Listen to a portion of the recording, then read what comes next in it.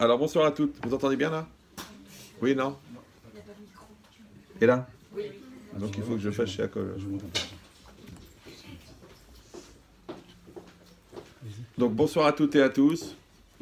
On va essayer de réfléchir un petit peu sur quelques notions. La dame qui a organisé, j'ai jamais... Oui, j'ai pas 100% compris ce qu'on m'avait dit. Donc je vais assister au cours avec vous. D'accord? Parce que moi aussi j'ai le droit de profiter un peu.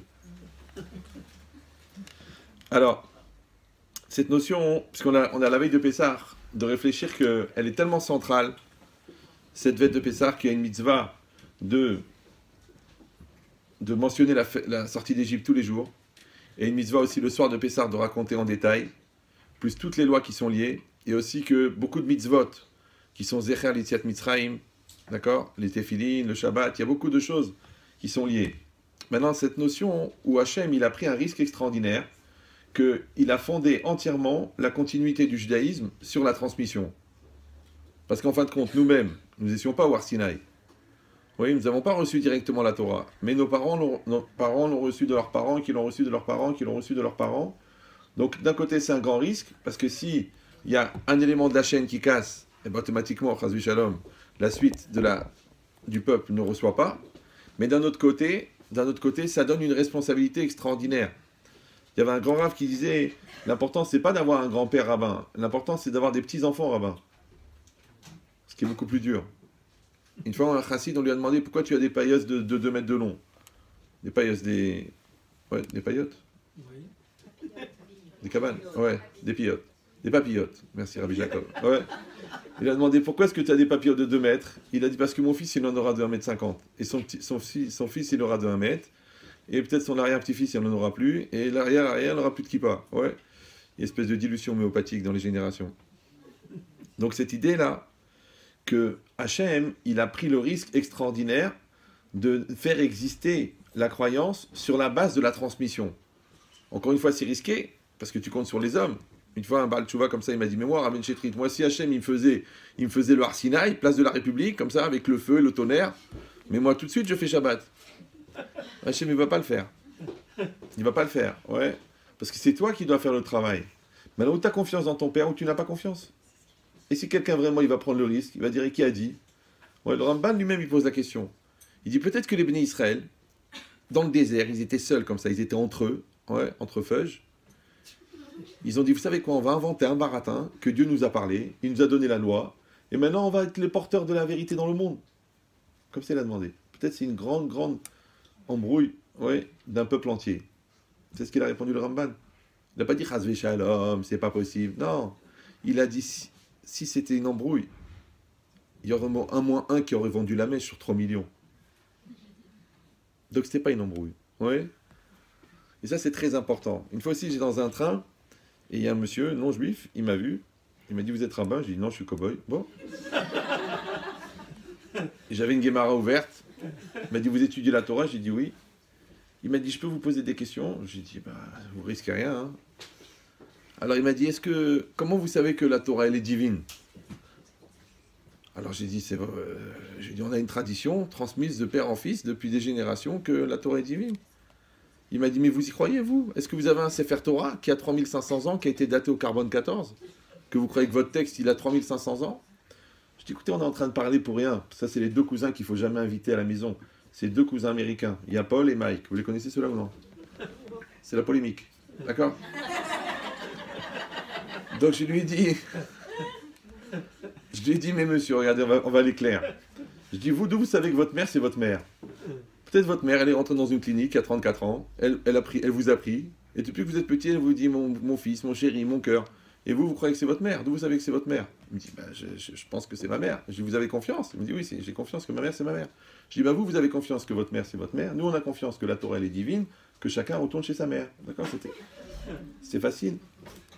Il dit, cette logique-là, que la Torah, elle est tellement grande, elle est tellement puissante, elle est tellement énorme. Mais seulement le problème, c'est qu'elle n'est, comme ça existe aussi dans la notion, dans la physique quantique, qu'une chose, elle n'existe qu'en fonction de la conscience que tu en as. Comme la valeur des gens, ouais, tu ne la connais que parce que tu t'intéresses à la connaître. C'est pour ça qu'il y a beaucoup de gens, ouais, après la disparition des gens, d'un seul coup, ils se disent, ah là là, mais pourquoi j'ai pas profité, pourquoi j'ai pas parlé. Il y en a après le divorce, ils veulent faire du shalom bayit. Il y en a après la mort des parents, ils veulent prendre du temps pour leur parler, il faut une thérapie. Mais quand ils étaient vivants, pourquoi t'as pas profité? Ben, c'est exactement pareil. Nous, on attend l'absence pour comprendre la valeur de la présence. Comme les gens, ils attendent la maladie pour comprendre la valeur de la santé. Comme les gens, ils attendent les problèmes pour comprendre la valeur de la solution. Mais la solution, elle n'a pas été seulement créée pour réparer le problème, elle a surtout été créée pour que tu évites le problème. Donc cette logique-là, que quelqu'un il doit avoir une lecture de la Torah qui est une lecture de préservation, une lecture de construction, une lecture d'anticipation. J'ai rencontré des gens là, aujourd'hui, qui avaient quelques soucis, et la dame, elle m'a dit, vous savez, Rav, il y a 4-5 ans, on a eu des gros problèmes de couple, on est venu chez vous, mais on n'était pas du tout religieux, et maintenant que j'ai évolué, j'ai grandi, et qu'on est venu pour régler un autre problème avec une autre personne, je me suis rappelé qu'à l'époque, vous aviez donné un programme et on ne l'a pas fait. Ça veut dire que des fois, les gens, ils ont les outils, mais ils ne les utilisent pas. Ils ont des parents extraordinaires, mais ils ne le voient pas, parce qu'ils sont pris dans leur complexe, ou dans leur lourdeur, ou dans leur flemme. Vous savez, la flemme la plus répandue, c'est la flemme d'exister. Donc les gens, ils attendent, comme des tubes de dentifrice, qu'on leur appuie dessus pour devenir eux-mêmes. Maintenant, c'est compliqué. D'ailleurs, la femme, elle était enceinte, j'ai dit, faites attention que le bébé à la naissance, il ne soit pas plus mature que vous. Si vous allez dire, c'est un petit peu bizarre. Mais une fois, une femme, elle m'a appelé, elle m'a dit, Rav Chetrit, je suis très stressé, ma fille, elle me pousse au divorce, il faut voir comment elle me regarde de haut, elle veut me détruire mentalement. Je lui ai dit, mais quel âge elle a? Elle m'a dit 4 ans et demi. Je lui ai dit, mais comment une fille de 4 ans et demi, elle peut vous regarder de haut d'abord? Parce qu'elle fait 44 cm de haut. Alors elle m'a dit, c'est sa personnalité, en plus c'est tout le visage de ma belle-mère. Je dis, ah. C'est celle que tu as voulu fuir qui est revenue en Gilgoul. D'accord? La belle-mère, c'est un mythe, hein, tout le monde le sait. Oui, sauf les belles filles. Mais, tu vois, quelqu'un m'a dit, pourquoi vous faites toujours des blagues sur les belles-mères? J'ai dit, parce que les blagues sur les beaux-pères ne marchent pas. Par contre, même les belles-mères, elles rigolent sur les blagues des belles-mères, parce qu'elles croient toujours qu'elles parlent de la belle-mère de l'autre. Ouais. Mais en tout cas, dans toutes les recherches qu'on a fait au niveau des textes, dans toute la Torah entière, on n'a pas trouvé que Adam Arishon avait une belle-mère. Mais on a constaté qu'il a vécu longtemps. Vous avez un taux de réactivité qui est proche du commun. Hein. J'ai besoin des blagues pour savoir si vous suivez. Donc c'est quoi l'idée? Bon, juste pour préciser, pour les gens qui pourraient mal le prendre, que moi j'ai beaucoup d'humour, mais je rigole jamais. Vous rigolez. Moi je suis très très sérieux. Maintenant les blagues, plus elles sont rigolotes, plus elles ont un taux de remise en cause qui est fort. Maintenant le même texte, sans la blague, il est très dangereux au niveau mental. Donc on le dit en rigolant, sur le principe tunisien de mets de l'huile. Ouais. Mais le sujet lui-même, il est très sérieux. Très très sérieux. Donc cette logique-là, que la Torah, elle a donné des clés, elle a donné des lois, et c'est pour ça qu'elle nous accompagne durant toute notre vie, depuis le moment où Hachem, il a mis en place la sortie d'Égypte. Pourquoi? Parce que c'est marqué dans le texte, « Ubechukotai telechu » dans mes lois, vous irez. Maintenant, des fois la Torah, elle dit, « Tishmeru » vous garderez les lois. Des fois, elle dit Tarasu, vous accomplirez. Tiskeru, vous mentionnerez. Mais quand la Torah, elle dit Telechu, vous irez. Alors, c'est quoi cette notion-là de déplacement, de mouvement? Alors aussi, on le dit tous les matins dans la prière. Al tikre alichot et la alachot. Ne dis pas alichot, les déplacements, et la alachot, les lois. Pourquoi il y a un lien entre le mot alacha, qui veut dire loi, et le mot alicha, qui veut dire se déplacer? Le verbe lalechet, en hébreu, c'est aller. Donc la halacha, en vérité, ça veut dire quoi? En fait, c'est la trajectoire de déplacement d'un juif dans le monde. Comment il se déplace un juif? Selon la halacha. Echata oler, efoata oler. D'accord? C'est pour ça que quand le juif n'a plus d'halacha, il devient fou. Il devient perdu. Ouais. C'est pour ça qu'il y a tellement de regards de non-juifs sur la Torah. Parce qu'ils voient que c'est un système qui existe, un système qui marche. Depuis 3500 ans, qu'on produit des millions et des millions de tzadikim. Eux, tous les 10 ans, ils changent d'halakha. Ouais, maintenant c'est le communisme, maintenant c'est le libéralisme, maintenant c'est le nudisme, maintenant c'est le... Chaque fois, ils changent, mais ils voient que ça ne marche pas. Pourquoi? Parce qu'il n'y a pas la continuité. Or, la vérité, elle ne change pas. Parce qu'on dit « En ha-emet chadash, ve'en ha-chadash emet ». La vérité n'est pas nouvelle, le nouveau n'est pas vrai. Les principes fondamentaux, c'est les mêmes. Maintenant, on va changer de formule, on va changer d'habillement, on va changer de coupe de cheveux, mais les fondamentaux, au niveau de la personne ou au niveau du monde, au niveau de l'univers, ils restent les mêmes. Donc comme la Torah elle-même, elle a été écrite 974 générations avant la création du monde. C'est-à-dire qu'Hachem, avant de créer le monde, il a écrit la Torah. Même le Midrash, il demande, mais sur quoi il a écrit? Parce qu'il n'y avait pas de matière. Il n'y a pas de parchemin. Alors la Gemara, elle répond, il a écrit sur un feu noir sur un feu blanc. Alors le feu, ça veut dire qu'il n'y avait que de l'énergie au départ. Maintenant, quand Hachem il a écrit la Torah, ensuite, à partir de la Torah, en regardant dans la Torah, il a créé le monde. Donc le monde est une projection de la Torah. Vous suivez toujours. L'homme, c'est une projection du monde. Donc c'est aussi une projection de la Torah. Donc quand tu comprends la Torah, tu comprends l'homme. En fait, la différence entre la science et la Torah, et les Chachamim, c'est que les Chachamim, ils regardent la Torah et ils comprennent le monde. Oui. Et les scientifiques, ils observent le monde et ils essaient de comprendre la Torah. Vous allez me dire, c'est pareil. Bonnet blanc, blanc bonnet. Non, il y a juste le taux d'erreur possible. Bah oui, parce que quand tu connais la vérité et tu essayes de la concrétiser dans la réalité, c'est pas la même chose que quand tu observes la réalité en espérant que ton observation, elle va te donner le sens de la vérité. Vous sentez la différence ou ça va arrêter tout la réflexion? Moi, je sais que les grossesses multiples ont une influence sur le cerveau. Vous appelez ça des trous dans le mental en Suisse, c'est les mentales. Mais c'est pas grave. Mais c'est quoi la logique? La logique, c'est que si tu réfléchis bien, le monde entier, tout le monde, d'accord, n'est que la projection de la Torah. Maintenant, c'est pas seulement l'océan Atlantique, les Alpes, les déserts de Gobi. Non, c'est pas la matière à l'instant figée où Hachem a créé le monde. C'est le monde, à l'époque où il a été créé, plus toutes les combinaisons moléculaires qui vont donner toutes les réalités à venir. C'est que quand Hachem a dit « Vayehi » que le monde soit, il n'a pas seulement créé la matière à la base. Il a créé aussi toutes les combinaisons moléculaires qui allaient, en se combinant, créer les matières organisées, les matières vivantes, les matières mortes, les liens entre les matières vivantes et la matière morte, donc les décors redistribués dans le temps, ça s'appelle les événements. Donc les événements, ils sont déjà préprogrammés à l'intérieur de la Torah depuis la création du monde. Depuis l'écriture. Ça veut dire que ce cours-là, il est déjà préprogrammé dans la Torah. Vous me suivez ou non? Alors, je sais ce que vous allez me dire. Alors, où il est le libre arbitre? Bonne question, et je vais rajouter 20 € dans le cochonnet si quelqu'un se propose. D'accord? Mais, non, en vérité, la logique, c'est simple. C'est que le libre arbitre, il n'est pas que sur la création de la matière. Le libre arbitre, il est qu'est-ce que tu vas faire avec la matière que Dieu t'a donnée. Pour ça, je donne toujours cet exemple. C'est comme si un papa qui met son enfant dans une école. Il inscrit au CP. Il lui dit, je voudrais savoir, comment il sera mon fils en CM2? Alors le professeur, il dit, écoutez, normalement, les 3/4 des enfants ne redoublent pas. Les 3/4 des enfants ne changent pas d'école. Donc je peux vous dire exactement où est-ce qu'il sera votre fils en CM2, parce que le CM2, c'est au premier étage de la classe du fond. Ok. Je peux vous dire qu'il sera son prof, parce qu'a priori, il n'y a pas de raison que ça change. Je peux vous dire qu'ils seront ses camarades de classe, parce que je connais les enfants qui sont inscrits avec lui au CP. Je peux vous dire quel est le programme, parce qu'il est déjà inscrit au ministère de l'Éducation. Je peux même calculer le nombre de cahiers qu'il va user en fonction de son écriture, s'il écrit plutôt rond, s'il écrit plutôt gribouillis.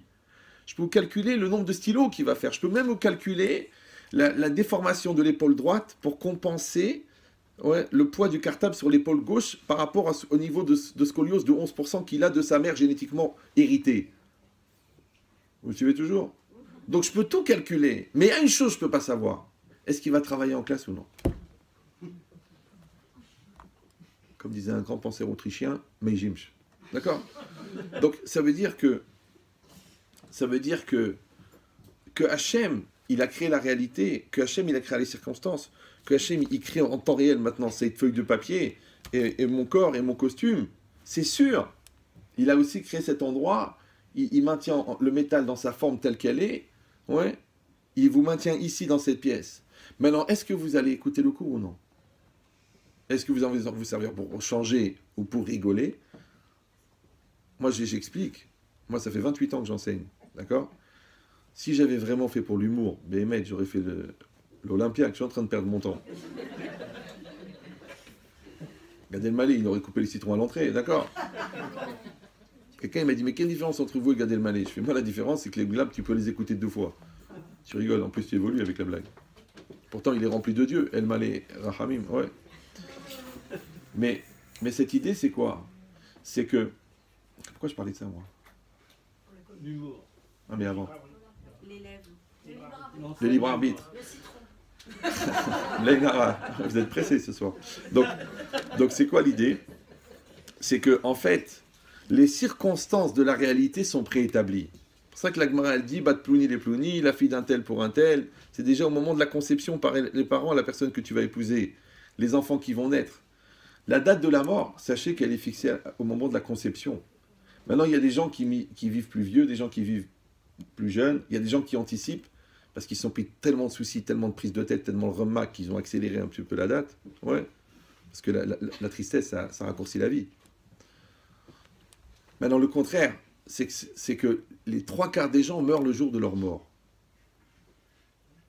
C'est vrai. Ouais, les 3/4. Maintenant, l'idée, c'est quoi? La question, c'est pas de savoir si tu vas vivre vieux ou si tu vas vivre mort. La question, c'est qu'est-ce que tu as fait de ton vivant? Parce qu'il y a des gens, ils attendent, c'est-à-dire que jusqu'à l'âge de 15 ans, ils ne savent même pas qu'ils existent. Entre 15 et 21 ans, ils sont obsédés par le sexe opposé. Après, ils se marient, ils ont les soucis du paiement du pavillon jusqu'à la bar mitzvah du premier. Après, ils stressent pour le mariage. Après, ils allument des veilleuses pour qu'ils réussissent son ingénieura. Ouais. Après, ils arrivent à 39-40, paf, ils découvrent qu'ils ont une secrétaire. Ça s'appelle la crise de la quarantaine. Après, ils s'angoissent, ils se prennent la tête, ils sont mal et tout ça, ils disent ce qu'ils ont fait, ce qu'ils n'ont pas fait. Après, ils le regrettent parce qu'il y a des conséquences, des dégâts collatéraux au niveau de leur parnassa, de leurs enfants, de leur couple. Et après, à 60 ans, ils se demandent, est-ce qu'ils ont vraiment vécu leur vie? Mais en fait, ils n'ont même pas commencé. C'est pour ça que le plus tôt possible, il y a une maladie qu'il faut atteindre, qui s'appelle la conscience. Ah, c'est ce que je disais. C'est que mon projet à moi, c'est pas de donner des cours. J'ai pas besoin. Moi, mon projet, c'est de faire gagner 10 ans. Maintenant, si en écoutant un cours, tu n'as pas gagné 10 ans de maturité, c'est dommage. C'est ça le projet. Ouais. Parce qu'en fait, et si quelqu'un il va dire, mais à quoi ça sert de faire gagner 10 ans, du coup les gens ils vont être décalés. Mais non, parce que le projet du Yetzirah, c'est justement de faire perdre 10 ans. C'est que les gens de 30 ans, ils ont des réactions de 20 ans. Les gens de 50 ans, ils ont des réactions de gamins. Les gens qui ont 25 ans de mariage, ils s'engueulent sur des choses, on dirait qu'ils sont Khatan Kala de la veille. Ils remettent en cause le mariage. Moi, il m'a téléphoné, il m'a dit, Rabbi Chitrit, je vais divorcer. Je dis, mais pourquoi? Il m'a dit, je peux plus la voir. Ah bon? Je dis, mais quel âge vous avez? Il m'a dit 70 ans. Je dis, ben c'est normal.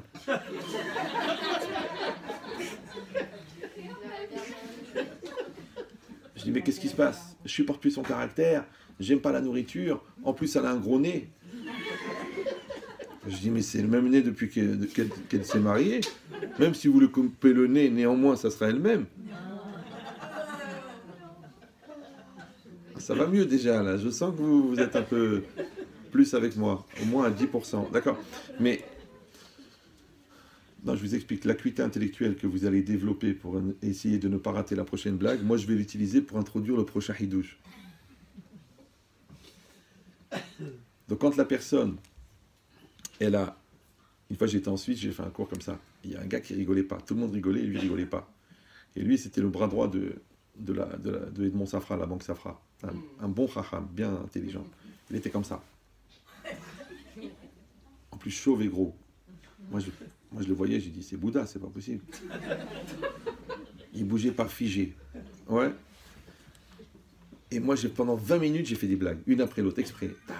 C'était avec Ron Chaya, c'était à Lézin en Suisse. C'est connu, c'est à côté des autres, les uns et les... Alors... Et au bout de 20 minutes, il s'éclate de rire. Et là, je commence vraiment à faire un vrai chiour. À la fin, il vient me voir, il m'a dit, quelle école? Assis à Clef Suisse. Baruch Habba Bekom. Ça va? Et la famille, c'est normal. Alors, il me dit, quelle école de communication avez-vous fait? Je dis la yeshiva. Il m'a dit, je vous crois pas. Mais c'est pour vous dire que tout ce qu'on développe maintenant, la façon de parler, l'argumentaire, les émotions, la réflexion, la profondeur philosophique, la recherche expérimentale en psychanalyse, tout ça c'est fait pour qu'on crée un lien. Maintenant, le lien que vous créez avec moi s'appelle la communication. Communication, ça vient de communiquer. Communiquer, c'est commun, commun, c'est comme un. C'est pour ça qu'on a du mal à communiquer avec les gens proches. Parce que c'est justement avec eux qu'on a envie de faire deux, comme deux. Ouais. Donc si on crée ensemble un pont commun, Donc le pont commun, c'est ça ce qui va véhiculer les informations. C'est-à-dire qu'il y a une communion comme union de deux volontés, une volonté de parler, moi je veux vous dire quelque chose, vous avez une volonté d'écouter, et la communion des bonnes volontés crée la communication. C'est pour ça que les gens disent oui mais c'est pas compréhensible, on sait pas ce qu'il veut. Par exemple, moi je parle très très bien, je suis un vrai communicant, ouais. Mais moi le Rav qui m'a réveillé, il parlait très mal, il bégayait, il zozotait, on comprenait à moitié ce qu'il disait, mais une ira de Shamaïm. Je suis loin, je suis loin de la photocopie, ouais. Mais c'est pour dire qu'au fond, la finalité, le fondement de la communication, c'est pas un problème de langage. Vous savez, le discours de la méthode, vous l'avez lu, non? C'est écrit par un très très célèbre joueur de poker. Comment il s'appelle? Bruel. Descartes. Non, mais il n'y a pas un truc sérieux pour l'instant. Hein. Si vous avez suivi le cours. Oui. Mais c'est pour vous mettre en situation. Parce que on dit que Yona, par la joie, il a eu la prophétie. Le Gaon de Vilna, il a dit, si j'avais su chanter, toute la Torah que j'ai appris, je l'aurais appris par la prophétie, par la joie. Ce qu'on appelle farha. Ouais. Donc moi, je suis intéressé à ce que vous soyez bien. Si vous êtes heureux, la Torah, ça va être facile. Si vous êtes malheureux, même si vous êtes intelligent, la Torah, ça va être très très difficile. Donc le principal objectif, c'est d'être heureux. Et être heureux, c'est pas être heureux parce que tu as beaucoup bu, ou parce que tu as pris des vitamines illégales, ouais, ou parce que tu suis une série télévisée qui, grâce à Dieu, se termine bien. Non, heureux, c'est parce que tu es en accord avec ta réalité. Tu es en cohérence avec ta vie. Maintenant, pour être en cohérence avec ta vie, étant donné que tu es fait d'un cerveau, alors il faut que ton cerveau il soit en cohérence avec ta réalité. Étant donné que tu es fait d'une âme, alors il faut que ton âme elle soit en cohérence avec la réalité. Étant donné que tu es fait d'un corps, donc il faut que ton corps il soit en cohérence avec la réalité. Maintenant, si ton corps il est à contre-courant de ta réalité, d'accord, ton corps il te dit arrête de prendre du sucre, et toi tu veux absolument finir les 5 tablettes de chocolat. Bien que le médecin te l'a dit, mais diabète ou quoi? Et toi tu le manges en cachette. Donc tu vois, tu n'es pas en accord avec ton corps. Après tu es malade, tu vomis, mais tu continues à prendre du sucre. Donc tu n'es pas en accord entre ta réalité et ton corps. Tu n'es pas en accord entre ton âme et ton corps. Et ta réalité, parce que tu es juif, non? Tout le monde est juif là, oui? Non? C'est pas grave, on est entre nous. Voilà. Mais c'est quoi un juif? Un juif, c'est pas seulement quelqu'un qui mange kasher, qui fait Shabbat, qui s'habille avec pudeur, qui étudie la Torah, c'est évident ça. Sinon, il faut envisager la conversion.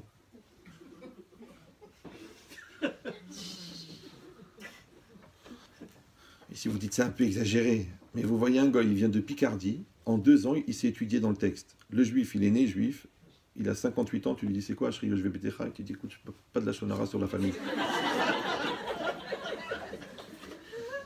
Donc tu vois que le gars, il sait plus que le juif.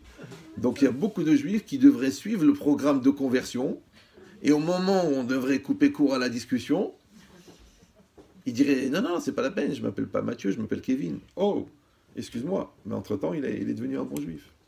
Et ça, c'est le paradoxe. C'est qu'un goy, pour se convertir, il doit devenir orthodoxe. Mais un juif, pour rester juif, il n'est pas obligé d'être orthodoxe. D'ailleurs, moi, j'ai des gens qui m'ont dit, moi, je veux me convertir, mais je ne veux pas devenir religieux. Il me dit, je veux être comme la majorité. C'est beau. Je lui dis, bah écoutez, tu vas continuer à faire comme avant. Il m'a dit, qu'est-ce que je vais faire? Il dit, tu vas faire une croix dessus. Alors, restez calme. De toute façon, c'est une histoire qui ne vaut pas un clou. Alors, qu'est-ce qui est marqué ici? Restez calme, restez calme. Ici, c'est marqué que Hachem, il a écrit la Torah avant de créer le monde. Donc ça veut dire que quand quelqu'un va étudier la Torah, vous avez compris, il va comprendre le monde, il va comprendre l'homme. Mais étant donné que quand Hachem, il a créé le monde, ouais, il a créé en même temps le présent et le futur, puisque pour Hachem, le temps, c'est un seul temps. C'est pour nous qu'il y a le futur et le passé et le présent. Mais pour Hachem, le présent et le futur, c'est la même chose. Tout est présent. C'est un présent continu. C'est pour ça qu'il s'appelle Aya Ove Veye. Pourquoi le nom d'Hachem Yud He Vav E? La racine, c'est Ove. Ove, c'est quoi? C'est le présent. Maintenant, quand on dit avec un Yud devant, comme le prononcent les témoins de la Java, qu'on n'a pas le droit de dire, ouais, en fait, le Yud Ke Vav Ke, ça veut dire, si Ove, ça veut dire présent, Donc ça veut dire que Yud Kevavke, c'est Me'ave. C'est celui qui fait être le présent. Donc quand on dit Baruch Ata Hashem, ça veut dire béni sois-tu, celui qui fait être le présent. On l'appelle Me'ave Kol Havayot, c'est lui qui fait être tout ce qui est. Maintenant, quand on dit que Dieu fait être ce qui est, donc ça ne veut pas seulement dire qu'il est le présent. Et c'est pour ça que quand, dans le Shulchan Aruch, c'est marqué qu'à chaque fois que quelqu'un il prononce le nom d'Hachem, il doit penser Aya Ove Veye Adonakol, au moins dans la Hamida. Il était, il est et il sera. En français, on appelle ça l'omniprésence. Dieu est toujours présent, d'accord, dans le temps. Maintenant, moi, je vous fais gagner 20 ans. Au lieu de penser que Dieu, il est toujours présent dans le temps, t'as qu'à penser que Dieu, c'est le temps. C'est lui le temps. Puisqu'il fait être ce qui est, et dans ce qui est, il y a aussi le temps, donc t'as qu'à dire que Dieu, c'est le temps. Quand on perd son temps, on perd Dieu. Bien sûr. C'est pour ça que les gens qui perdent leur temps, au bout d'un moment, ils pètent les câbles, ils perdent les repères. Et c'est vrai. Parce que la conscience de Dieu et la conscience du temps, c'est la même chose. Mais la conscience de tout, comme quelqu'un il n'est pas conscient qu'il est marié, eh ben, il se met à errer n'importe où, et tout le monde sait que quand l'adulte erre, l'enfant paraît. D'accord? Donc c'est quoi l'idée? C'est que, vous avez compris, que Hachem, c'est le temps. Mais Hachem, c'est aussi la matière. Parce qu'un des noms d'Hachem, c'est Makom. Amakom Baruchu. Oui? Maintenant, Baruch Hamakom. Maintenant, Hachem, il s'appelle Makom. Makom, c'est quoi? C'est le lieu. Le lieu, c'est quoi? Eh bien, c'est la matière organisée. La matière organisée, c'est quoi? La matière, c'est la projection de la volonté d'Hachem dans la matière. Puisque l'énergie dont parle Einstein dans E égale MC2, le E, c'est la volonté d'Hachem, comme ça il dit le Rav Munk. Donc la réalité, en vérité, c'est la projection de la volonté d'Hachem organisée. Cette volonté d'Hachem organisée, elle crée la matière. Donc la matière, ça devient Dieu. Donc le lieu, c'est Dieu. Donc l'espace, c'est Dieu, et le temps, c'est Dieu. Donc l'espace-temps, c'est Dieu. Ça va toujours? Maintenant, mon corps, il fait partie de la matière, et il s'inscrit dans le temps, la preuve, il s'use. Tout le monde sait que la baisse des valeurs boursières n'est pas une notion que financière, surtout au féminin. D'accord? Vous avez compris? C'est pas grave. Alors maintenant, donc maintenant, si l'homme, mon corps aussi, il est dans le temps. La preuve, et mon corps aussi, il est dans la matière. Tu vois bien qu'il change. Tu touches la peau de ta maman, et tu reviens 40 ans après, tu dis, maman, c'est tout fripé. Mais mon fils, j'ai vieilli. Ah oui, ok. Donc, mon corps aussi, il est dans le temps et dans la matière. Mon psychique, il est aussi dans le temps et dans la matière. Parce que j'ai pas la même conscience quand j'ai 8 ans, quand j'ai 30 ans, quand j'ai 50 ans, quand j'ai 60 ans, c'est normal. Ça va toujours. Donc, la Neshama, elle est divine. Donc réfléchissez bien. Si le temps, c'est Dieu, la matière, c'est Dieu, donc le décor, c'est Dieu, la réalité, c'est Dieu. Mon corps, c'est Dieu. Ma Neshama, c'est Dieu. Donc qu'est-ce qui reste de moi en moi?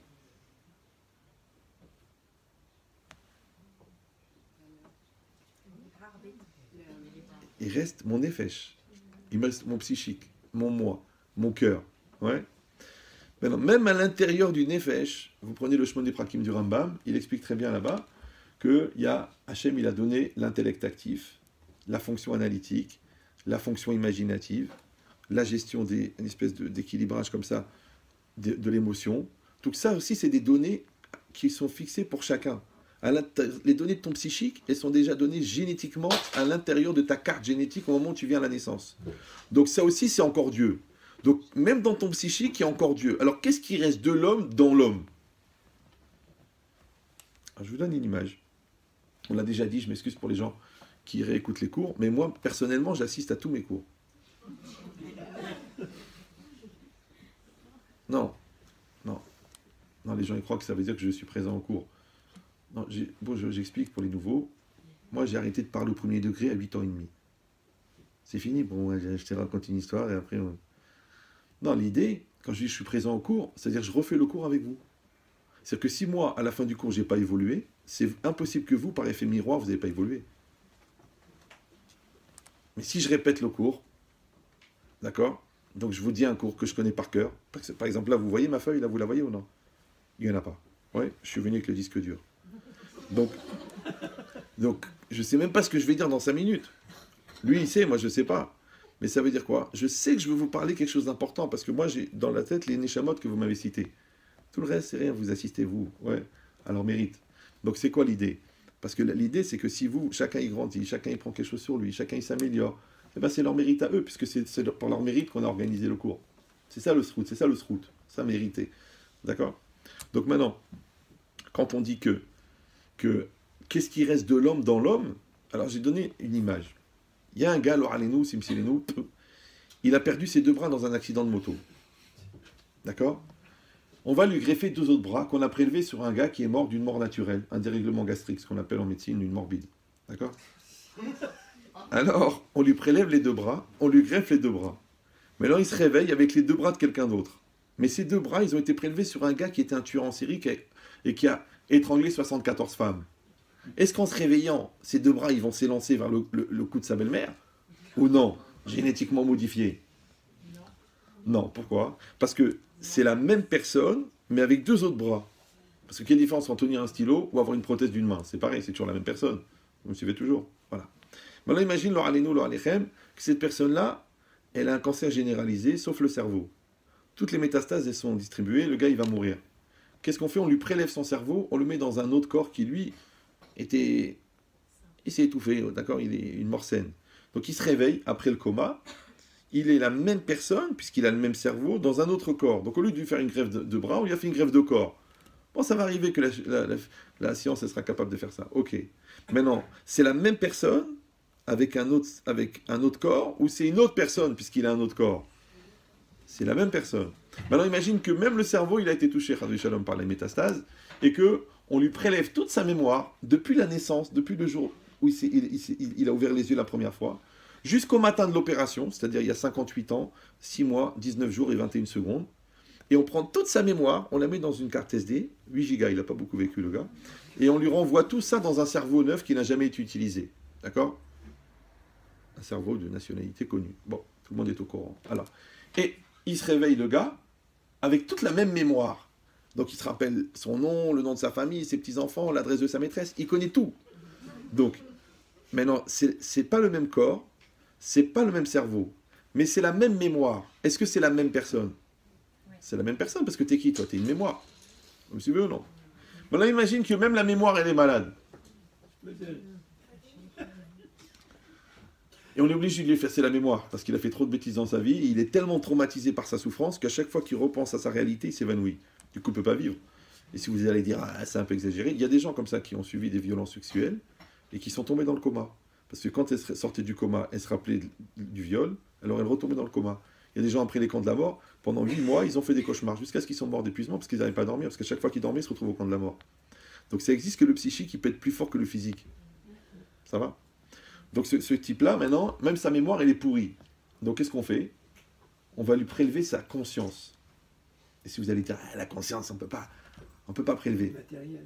Mais c'est très intéressant, parce que j'ai parlé de ça une fois dans un cours à Pessah, et il y avait un médecin là-bas, un spécialiste en neurologie. Il m'a dit, Rav, je voulais vous dire qu'on a réussi, je ne sais plus à quel hôpital à Paris, où ils font des grandes études sur le cerveau, à capter dans le scanner le mouvement de la conscience. Il m'a dit, quoi la cavote? Je dis, je sais pas, moi j'ai eu la chance de ne pas faire d'études, d'accord? Mais c'est cette idée-là, qu'imagine maintenant, c'est quoi la conscience? Alors vous êtes là, moi je suis là. D'accord? Vous êtes conscient que je suis là?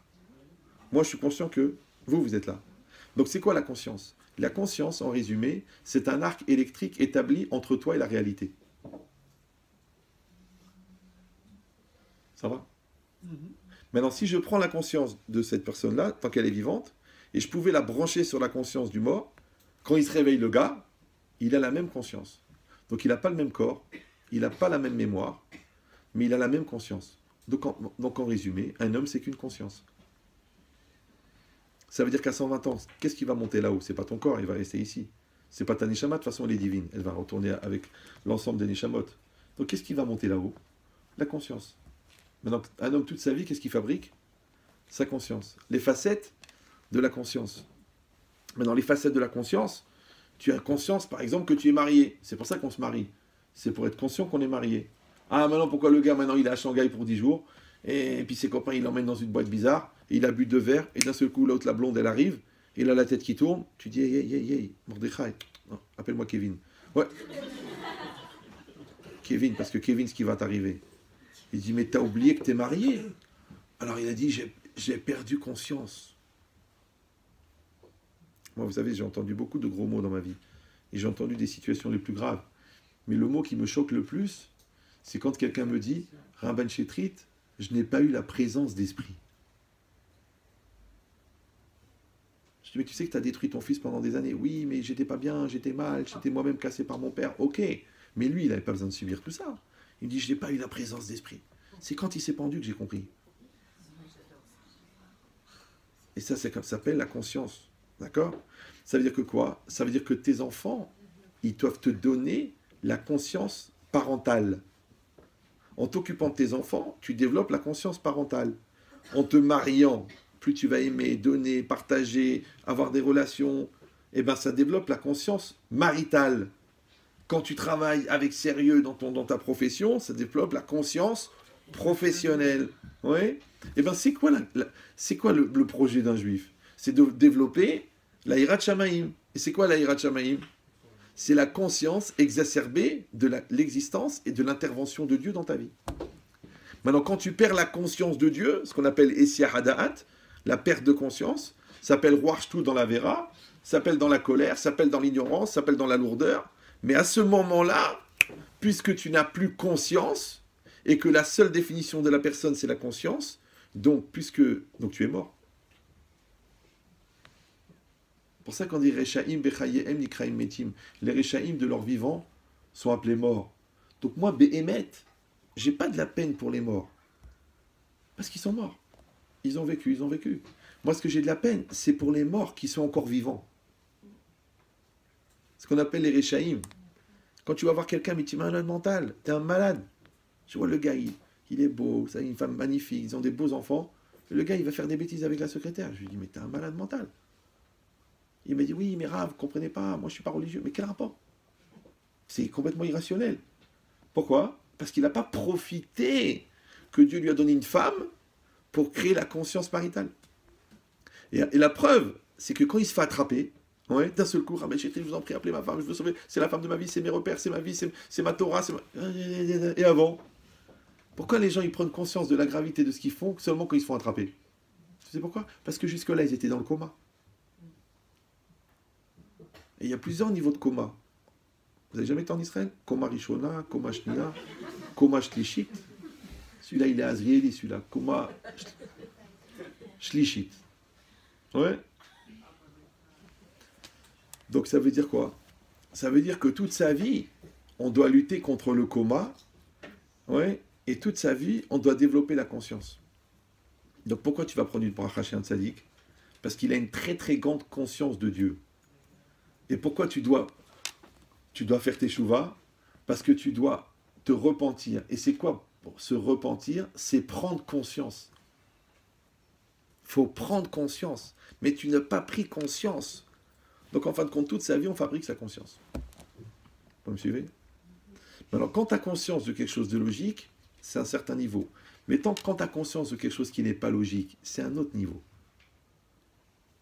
C'est pour ça que si vous avez un petit peu réfléchi, il y a un grand Yetzer Hara dans les gens qui réfléchissent sur la Torah, qu'ils soient religieux ou pas religieux, c'est de rendre la Torah rationnelle.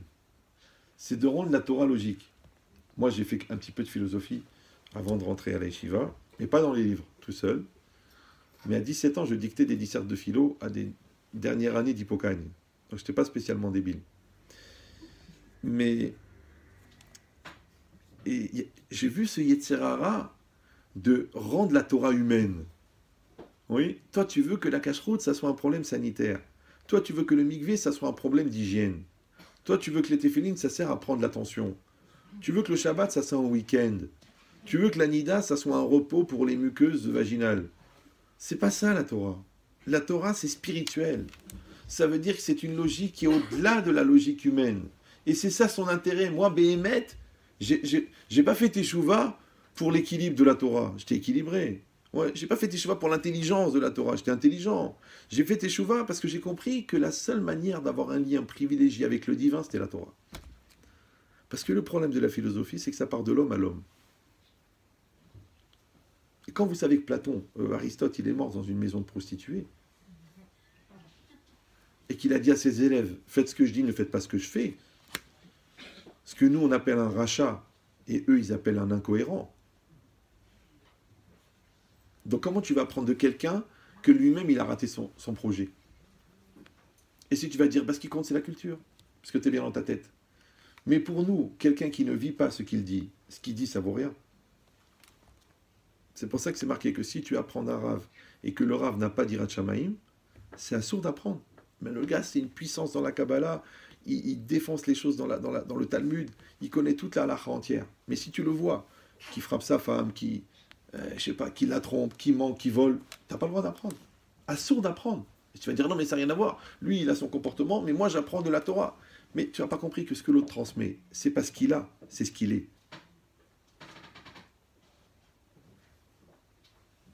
Les enfants, ils ressemblent pas à ce qu'on leur donne, ils ressemblent à ce qu'on est. C'est pour ça que le nez c'est tellement important chez nous. Une fois je suis rentré dans un commissariat, le gars il m'a dit enlevez la kippa, c'est un signe ostentatoire. Je dis vous voulez pas que j'enlève mon nez? Quoi, ça se voit pas que je suis juif? Qu'est-ce que je voulais que j'enlève encore? Donc c'est quoi l'idée? L'idée, c'est que toute sa vie, on construit sa conscience. Maintenant, la Torah, elle t'a donné des outils pour apprendre ce qu'on appelle l'hyper-conscience. C'est Irat Aromemut, c'est le plus haut niveau de crainte dans la perception du divin. En dessous de ça, il y a Irat Ret, la peur de fauter. Et en dessous de ça, il y a Irat à Onesh, la peur de la punition. Maintenant, les enfants, ils ont peur d'être punis. C'est normal, ils vont prendre une téléha. Ouais. Les gens un peu plus âgés, ils n'ont plus peur d'être punis, parce que, quand même, à 38 ans, ouais.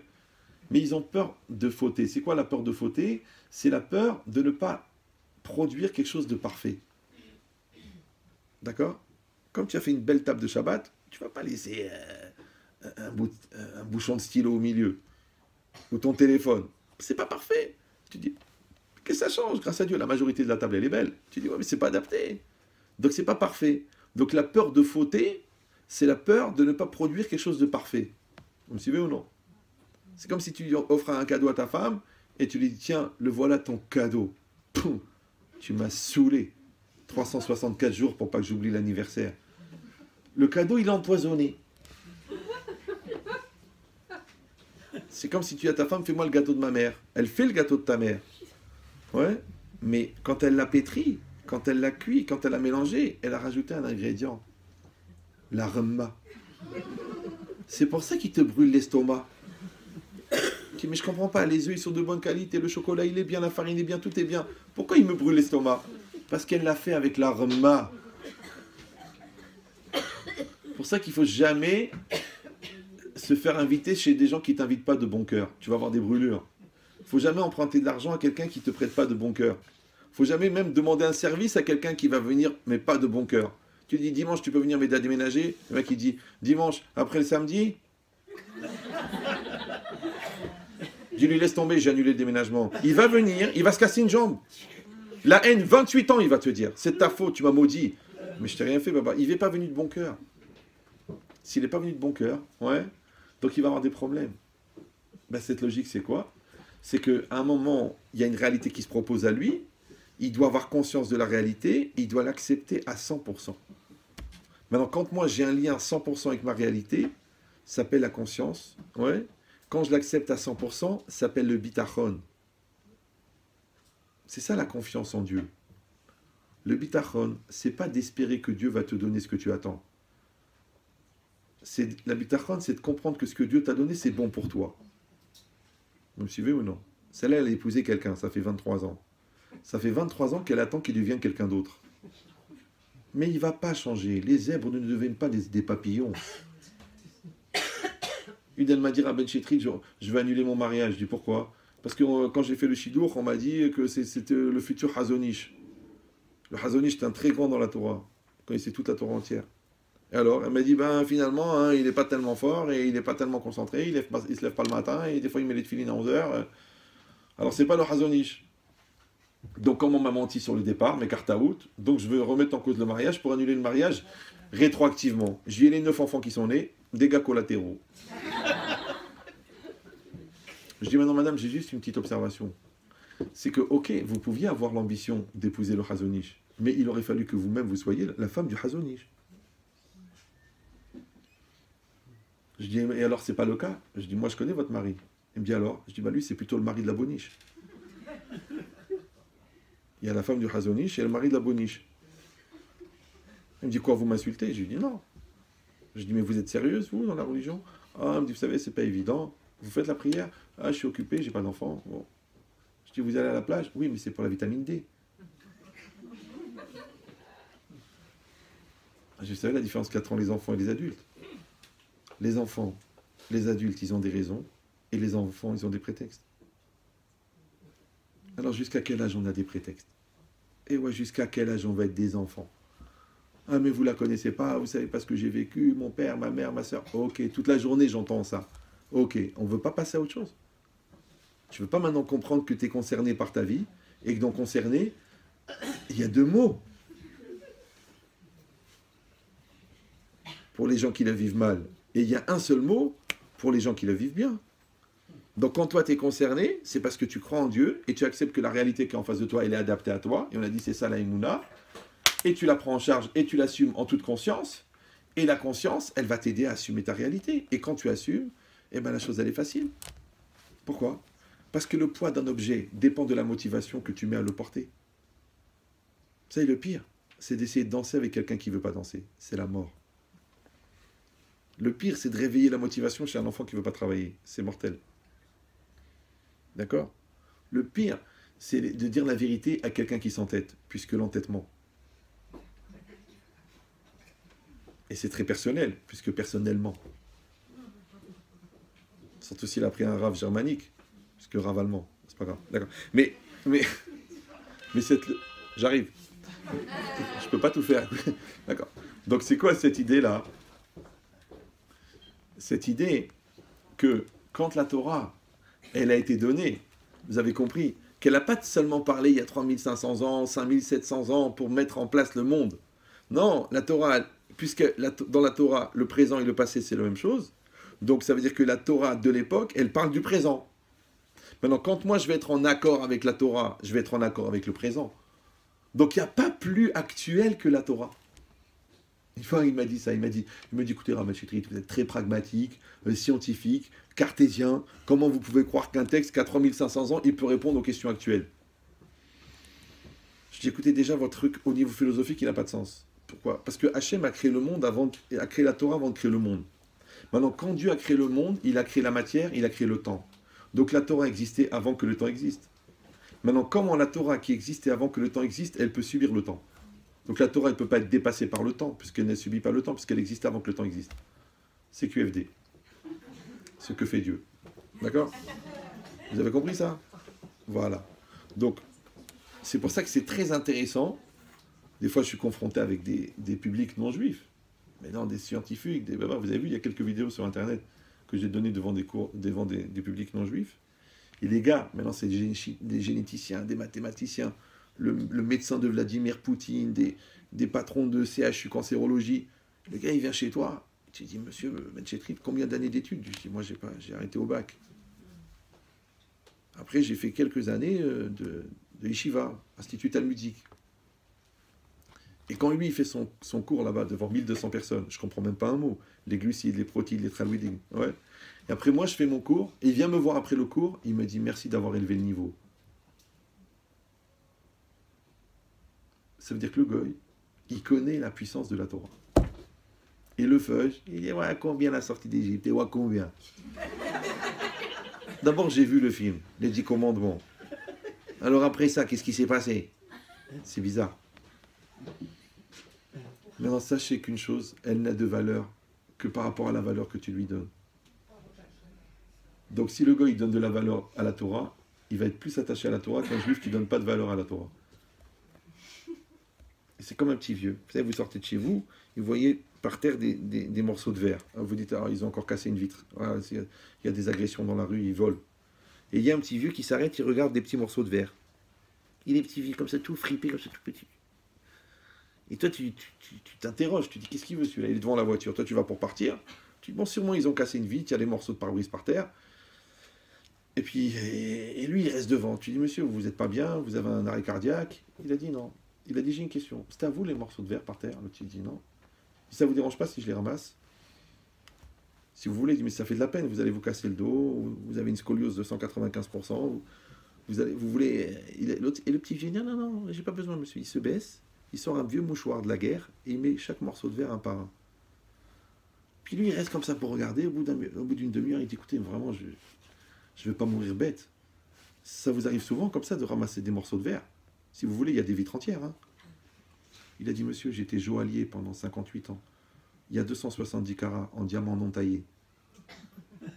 Il dit, mais on partage. Je lui dis, je vous ai demandé, c'est à vous, vous m'avez dit non. Il dit, mais alors j'aurais pu vous aider à ramasser, mais vous ne l'avez pas fait. T'as compris? T'as pas compris que t'as épousé un diamant. T'as pas compris que tes enfants, c'est des diamants. T'as pas compris que ta vie, c'est un diamant. T'as pas compris qu'Hachem, c'est le plus gros diamant. T'as pas compris que la Torah, c'est un diamant. Mais quand tu la vois chez les autres, d'ailleurs, moi, maintenant, j'ai des effets bizarres. J'ai des juifs qui viennent aux conférences parce que leur copain Goy, il leur a dit comment ça se fait que tu écoutes pas Ben Chetri. Ça, c'est le shra de haut niveau, le shro. Ouais. Pourquoi? Parce que le principal, c'est qu'il y a une prise de conscience. Maintenant, on ne sait jamais exactement d'où elle va venir. Moi, je connais des gens, c'est la Goya qui côtoyait qui les a ramenés à la Torah. Parce que quand elle a voulu se convertir, on lui a dit, tu fais ça, tu fais ça. Alors elle lui a dit à lui, mais dis-moi, mais toi, tu étudies pas la Torah, tu mets pas le tzitzit katan, tu fais pas Shabbat. Le gars, du coup, est obligé de devenir religieux à cause de la Goya. Maintenant, si vous les voyez les deux aujourd'hui à Yerushalayim, que la fille, tous les mois, elle va prier au kotel, que tu peux pas imaginer que c'est une convertie, tellement elle a une neshama, tu tombes dans les pommes. C'est bizarre. Et l'autre, juif de naissance, père-mère, toute nue sur Facebook. Tu dis, mais alors, laquelle qui a vu le visage de son père? Facebook. Isapana Venecha, c'est ça, non? Il a tourné sa face vers toi. Sa face, c'est Face. Book de ton père. Avinu Sheba Shamayim. Bon, en Algérie, ils ont un autre, c'est pas Facebook, c'est Nal. Bon. Mais c'est ça l'idée. Il y a le book. Il y a le book, toujours, ouais. Même dans la famille. D'accord, mais c'est ça l'idée, d'accord? L'idée, c'est que Hachem, il nous a donné des outils d'une puissance incroyable. Mais c'est tellement grand, c'est tellement puissant, c'est tellement énorme qu'on passe à côté.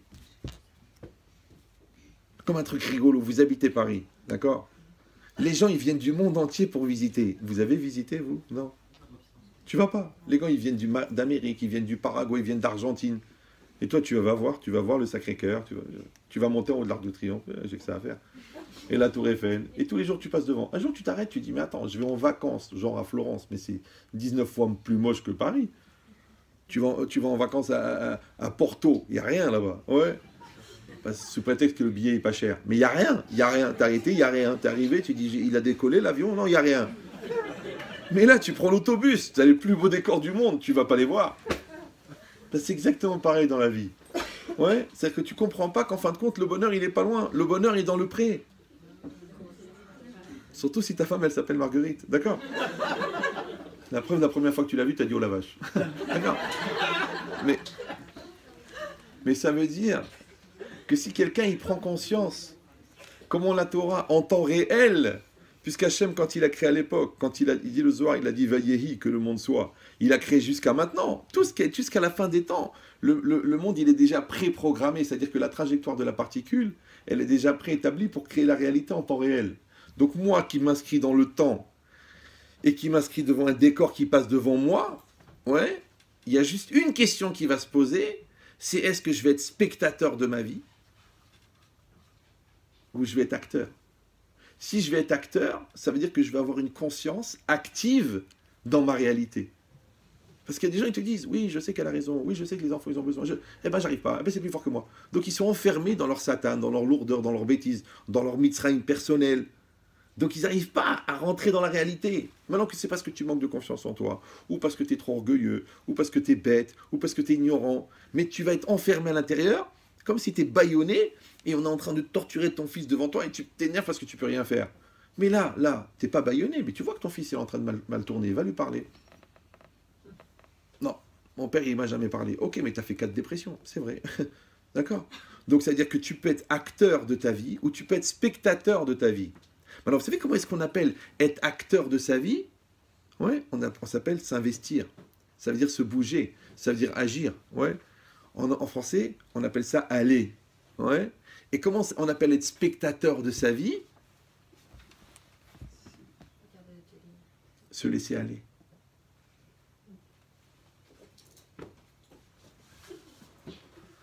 Parce que tout ça, c'était pour expliquer pourquoi c'est marqué dans la Torah, Bechokota et Telechu. Dans mes lois, vous irez. Albert, vous avez connu Albert? Un gars d'une intelligence relative. Il a dit, le secret de l'univers, c'est le mouvement. C'est beau. Moi, aux toilettes, je lis des bouquins de physique quantique. C'est très intéressant et en plus, ça peut aider. Mais... non, sérieux, ça peut aider à comprendre. On n'est pas dans la... Bon. Mais cette logique-là, ouais, que Albert, le pauvre, s'il avait étudié le psukim, il aurait compris. Que quand c'est marqué « Ubochukotai telechu », dans mes lois, vous irez, d'accord? C'est-à-dire que la Torah, elle veut que tu sois dans une conscience active dans ta réalité. C'est-à-dire que la Torah, c'est comme les rails. Ouais. Mais toi, c'est comme le voyageur. Maintenant, le réseau ferré ne te dit pas où tu dois partir en vacances. Mais il te donne le moyen d'aller plus vite en prenant le train. Donc tu peux faire ta vie avec ta philosophie personnelle, mais ça va prendre du temps. Alors qu'il y a déjà des rails qui sont posés, la halacha, les Pirkei Avot, la pensée juive, il y a déjà des rails. Maintenant, avec ces rails-là, tu n'es pas écrasé, parce que les gens disent, oui, vous les religieux, vous êtes obscurantistes, vous êtes fermés, vous êtes... Je ne comprends pas. Moi, je soigne des psychiatres. Toi, tu es quoi? Dans quel métier que tu fais que tu penses que tu es moins coincé que moi? Ah, parce que sexuellement, tu n'es pas coincé? Ça, c'est autre chose. Ça, c'est un chien. Le chien, il peut avoir des rapports avec sa mère. Donc, ça ne veut pas dire qu'il est libre. C'est juste qu'il n'a pas de conscience. Mais toi, tu es plus libre que moi. Toi, tu es sûr que tu es plus libre que moi. Et moi, je suis obscurantiste. Mais moi, je peux te parler de la Torah, de la Kabbalah, de la physique, de la chorégraphie, ouais, de la symbolique du vers chez Chagall. Que toi, à part ton réglage des systèmes réseau, tu connais rien. D'accord? Toi, tu n'arrives même pas à raisonner sur l'adhérence de la peinture sur le métal. Et tu es en train de me prendre la tête avec la Kabbalah. Et tu ne sais même pas lire. Moi, j'ai dit à des gens, j'ai dit à partir d'un certain niveau d'ignorance, il y a une misva qui est accessible, c'est de la fermer. Mais c'est vrai. C'est vrai. Ferme-la. Tu dis, mais j'ai des questions. Ben, va étudier. Mais le gars, il ne veut pas étudier, mais il a des questions. Mais c'est normal qu'il ait des questions parce qu'il ne veut pas étudier. Parce que tu connais, toi, des gens qui sentent les effets du médicament sans les prendre. Donc, en fait, tes questions, c'est pas parce que tu as des questions, genre intellectuellement, tu as un mal-être parce que tu as besoin d'avoir des réponses. La preuve, c'est que les réponses, elles ne t'intéressent pas. Donc, en fait, ce n'est pas des raisons. C'est des prétextes. Donc, tu ne peux jamais changer. Parce que tu es condamné en 2 mots. Et convaincu aussi. En 2 mots aussi. Donc ce qu'eux, ils appellent la détermination, en fait, s'appelle la psychorigidité. Et rappelez-vous que les avions, c'est comme les Marocains, il n'y a pas de marche arrière. Non, je rigole. Il y a des avions qui ont de marche arrière. Donc, mais qu'est-ce qui est marqué ici? Non, c'est une blague, c'est une blague. Moi aussi, je suis marocain et je me soigne. Donc, ça veut dire quoi? C'est pour faire circuler le sang, c'est rien. Donc, vous avez compris maintenant que quand la Torah elle a dit Ubechukotay telechu, vous irez dans mes lois, ouais, ça veut dire qu'un homme, il doit être actif dans sa vie. Maintenant, quand la Torah elle t'a dit mais les téphilines, ne commence pas à réfléchir, oui, non. C'est comme la respiration mêlée. T'as déjà vu un gars qui dit j'arrête de respirer parce que j'ai pas compris pourquoi, comment l'air il va dans les poumons, alors meurt. Est-ce que quelqu'un il arrête d'aller aux toilettes parce qu'il trouve ça dégueulasse? Eh ben heureusement qu'il va aux toilettes. Réfléchis au gars qui a une occlusion, comment il devient? Ouais. Avec une bulle d'air dans le cerveau, il meurt. Rien, rupture d'anévrisme, c'est rien, c'est un vaisseau microscopique dans le cerveau. Trac. Humoriste, lève-toi. Il va pas se lever. Il est mort. Donc quand tu vois que tout ça, ça marche, et que tu l'acceptes tous les jours, tu vis avec, alors quelle différence entre le fait que tu acceptes ton corps sans le connaître, sans le comprendre, et le fait que tu vas accepter les mitzvot? Et tu vas me dire, ça n'a rien à voir. Ça, c'est de la religion, ça, c'est la nature. Mais dis-moi, combien il y a de membres? 248. Combien il y a de mitzvot positifs? 248. Combien il y a d'interdits dans la Torah? 365. Combien il y a de nerfs et d'artères? 365. Oh! Ça fait 613. Oh! combien il y a de parties dans le corps? 613. Combien il y a de parties dans la Neshama? 613. Parce qu'il y a la Neshama de la main, la Neshama du pied. Comment il y a d'éléments dans le Nefesh, le psychique? 613. Parce qu'il y a le psychique de la main. Parce que comment ça se passe? La Neshama, donc on va dire la Neshama de la main, elle produit une énergie qui va être relayée par le Nefesh de la main, le psychique de la main, la aura, ce qu'ils appellent l'égoïme, ouais. Et ça va irradier la main.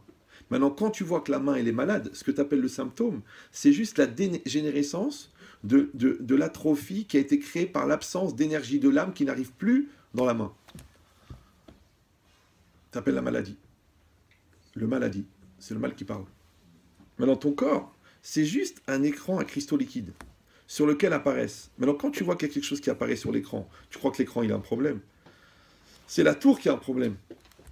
Et la tour, tu crois qu'elle a un problème.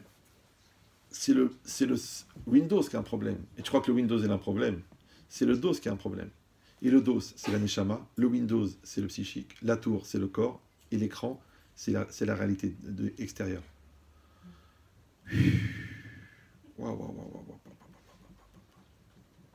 Vous me suivez ou là? C'est pour ça qu'on a créé les ordinateurs. C'est pour que quand Mashiach arrive à venir, les gens ils vont dire mais c'est bien sûr. Une fois j'ai fait un cours sur le temps. Le gars il m'a dit mais Rav, c'est le film Matrix. Moi je lui dis ne prends pas le risque. Matrix.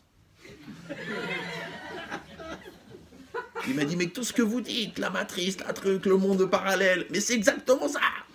Je dis j'ai pas compris. Il faut qu'un gars il t'explique qu'est-ce que c'est le. Oh, il paraît que c'est des feuilles qui l'ont fait. Ouais. Oui. Restez calme. Une réactivité comme ça de. C'est cinéphile ou là? Donc. Non, je vive. C'est pire. Alors, donc ça veut dire quoi?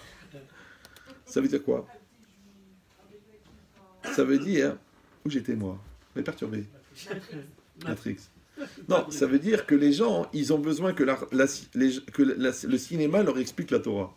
Ils ont besoin que la science leur prouve que la Torah a raison. Ils ont besoin que la médecine leur prouve que la Torah a raison. Mais ils sont bons, les scientifiques, mais ils sont longs.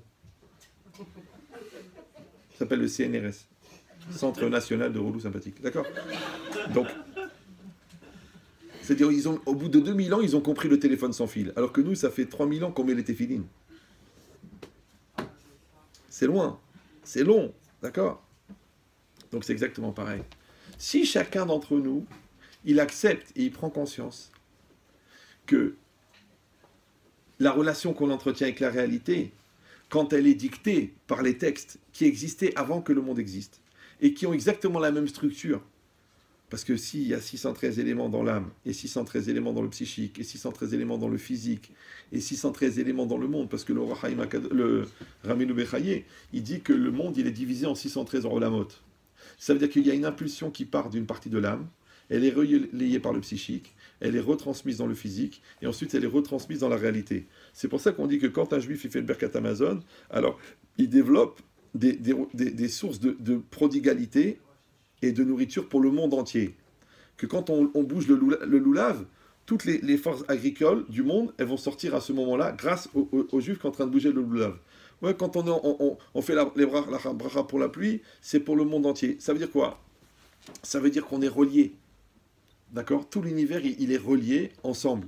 Maintenant, si nous, on fait un avec l'univers, donc, et l'univers, il fait un avec nous, et ben les informations, elles se déplacent à la vitesse de la lumière. Et la lumière, en hébreu, c'est or. Et or, c'est orot. Et le Zohar, il dit orot, c'est retzonot. Retzonot, c'est la volonté. Et tout l'homme, ça n'est qu'une énorme volonté. Et comme Dieu, il est créé, l'homme est créé à l'image de Dieu, donc Dieu, c'est quoi? Une énorme volonté. Vous suivez toujours? Donc quand un homme, il va exprimer une volonté, il va créer un mouvement qui va faire réaliser la réalité. C'est pour ça que la phrase la plus simple du monde, c'est la plus compliquée. C'est quoi la phrase la plus simple du monde? Je veux cela. Je, c'est qui? C'est toi. Veux, c'est quoi? Ben, c'est l'énergie de la volonté que tu maîtrises pour l'orienter vers un choix. Et cela, c'est la réalité qui est devant toi. La réalité qui est devant toi, elle est à 50% créée par la projection de ce que tu veux et 50% par une proposition divine d'une réalité à vivre. Vous suivez toujours? Voilà. Maintenant, c'est très simple. Et c'est très compliqué. Pourquoi? Parce que si tu n'as pas construit ton jeu, si le Yetzara, il a pris ta place, si tu es enfermé dans tes complexes, ta lourdeur, le regard de ta mère, le regard des autres, donc le jeu, il n'est pas là. Donc il n'y a pas de jeu. Si le vœu n'est pas maîtrisé, ouais, parce que c'est plus fort que moi, parce que c'est pas ce que je voulais, parce que c'est mes pulsions, c'est mes nerfs, c'est mon stress, donc il n'y a pas de vœu. Et le cela, c'est la réalité. Mais la réalité, si tu l'acceptes pas, parce que tu dis, moi je voulais un autre type de mariage, et moi c'est pas un gars comme ça, et puis les enfants je les voyais pas ça, et puis moi je voulais être pâtissier, ma mère elle m'obligeait d'être docteur. Donc si tu n'acceptes pas ta réalité, tu maîtrises pas ta volonté, et tu ne sais pas qui tu es, c'est très possible que tu n'existes même pas. Et exister, c'est quoi? Extérieur, ister, être. C'est être à l'extérieur. En français, on dit que tu ne t'es pas réalisé. Or, exister, d'après le Maharal de Prague, c'est la définition de la vie, parce qu'il dit Kol haïm zelatzet minakoar et la poal. Toute la vie, c'est passer du potentiel au réel. Donc, quelqu'un qui ne se réalise pas, il n'est pas vivant. Quelqu'un qui n'est pas vivant, il est mort. Maintenant, on dit Rechaim bechayem nikraim metim. Les Rechaim de leur vivant sont appelés morts. Parce que c'est quoi un rachat? Ouais. Accessoirement, c'est quelqu'un qui fait des fautes. Mais fondamentalement, c'est quelqu'un qui n'est pas lui-même. Puisqu'à chaque fois qu'on lui dit mais pourquoi tu as fait ça, il dit c'était plus fort que moi. Je n'étais pas moi-même, je ne savais pas, si j'avais su, j'ai pas grandi dans ce milieu, on m'a pas donné les moyens, j'ai pas pris le temps de réfléchir, j'ai pas vu l'importance, j'ai pas compris la gravité. Et ouais, jusqu'à quand tu peux répondre absent? Et les absents ont toujours tort. Donc au lieu d'accuser le monde entier de t'empêcher d'être toi-même, t'as qu'à être toi-même. Donc tu as deux solutions. Soit tu vas passer ta vie à légitimer le fait que tu restes sur place, soit tu vas trouver les énergies pour créer le mouvement pour devenir toi-même.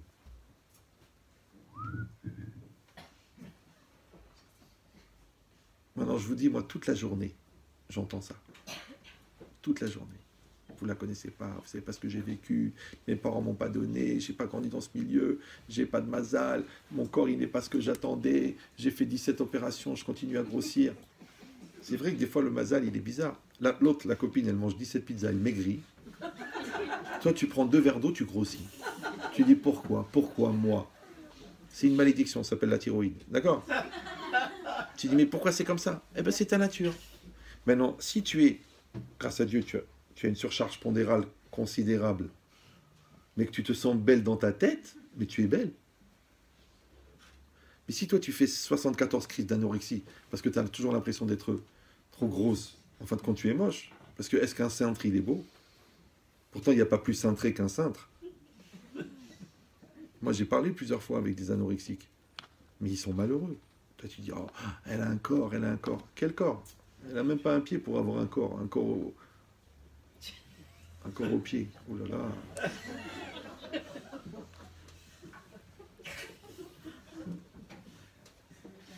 Vous êtes Allah ou... Je sais qu'il y en a, ça les motive. D'ailleurs, on le dit, Allah, il te motive. D'accord? Mais... il dit, cette logique-là, vous avez compris maintenant, que si toi, tu as compris que la halacha, c'est pas simplement une idée philosophique, ou une ambiance folklorique, la mimouna, ouais, ou alors des habitudes qu'on a, des coutumes, parce que tout le monde sait que la foi n'est pas coutume. Une fois pour toutes, ouais. Mais tu as compris que la halacha, en fait, c'est la manière, en temps réel, d'avoir une relation avec le divin. Parce que si toi, je te dis, écoute, tu as des bonnes idées dans le business, tu veux que je te fasse rencontrer Macron? Tu dis, ah, c'est impossible. Avant, moi, je suis au Parti Socialiste, on se côtoyait, je l'appelais par son prénom, mais maintenant, c'est pas facile. Bon. Mais tu veux rencontrer Bill Gates? Oh, Bill Gates, tu sais, j'ai une petite idée, là, j'ai un composant électronique, mais je peux pas te dire qui c'est un tel qui a pensé. Ouais. Mais si je te dis, je te donne l'occasion de rencontrer Hachem, ça t'intéresse pas? Le gars, il dit, non, ça va, je me passe de lui. Je suis tranquille. C'est vrai, parce que la Torah, le problème, c'est qu'elle t'oblige à grandir. Alors, il faut comprendre que pour beaucoup de gens, grandir, c'est souffrir. Donc ils vont trouver 1 million de raisons pour expliquer pourquoi ils ne doivent pas grandir. Soit parce qu'ils pensent qu'ils sont déjà grands, soit que parce qu'ils pensent que la remise en cause, c'est déjà une agression en soi, qui les insulte dans leur ego préétabli, alors qu'en vérité, c'est la clé de l'évolution de la remise en cause. Parce que comment on grandit s'il n'y a pas de remise en cause? Comme quelqu'un il m'a dit, ah, je ne peux pas faire teshuva, ça serait une trahison envers mes parents qui étaient traditionnalistes. Je dis, mais ton père, il était cordonnier, comment tu es devenu médecin? C'est une trahison. Il fallait être plombier ou là. Pourquoi tu es devenu un métier de... Ah, tu dis, mais c'est l'honneur de mon père de voir que je suis docteur. Alors tu crois que ça ne sera pas l'honneur de ton père de voir que tu es religieux. Et en plus que ton père, il représente Avinu Sheva Shamayim. C'est pour ça que psychologiquement, on a toute sa vie besoin d'être reconnu par son père. Parce que c'est juste la schématique symptomatique de la reconnaissance du divin. Qu'un jour, tu vas être reconnu par ton père. Parce que si déjà, dans ce monde-ci, tu as besoin que ton père, il te dit Kol HaKavod, à plus forte raison, tu as besoin en arrivant là-haut que le bon Dieu te dit Kol HaKavod. Mais si ton père, il détourne la tête, il dit, je veux plus te voir, tu m'as déçu, tu es un pauvre type, tu es un malade, allez, casse-toi. Tu vas mourir. Ouais, parce qu'il a détourné sa face. Donc si Hachem, Chazve Shalom, il détourne sa face, Esther Panim, la Esther.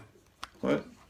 C'est ça la Esther. Les gens croient la Esther, ils croient que c'est un auteur américain, que Burt Leicester.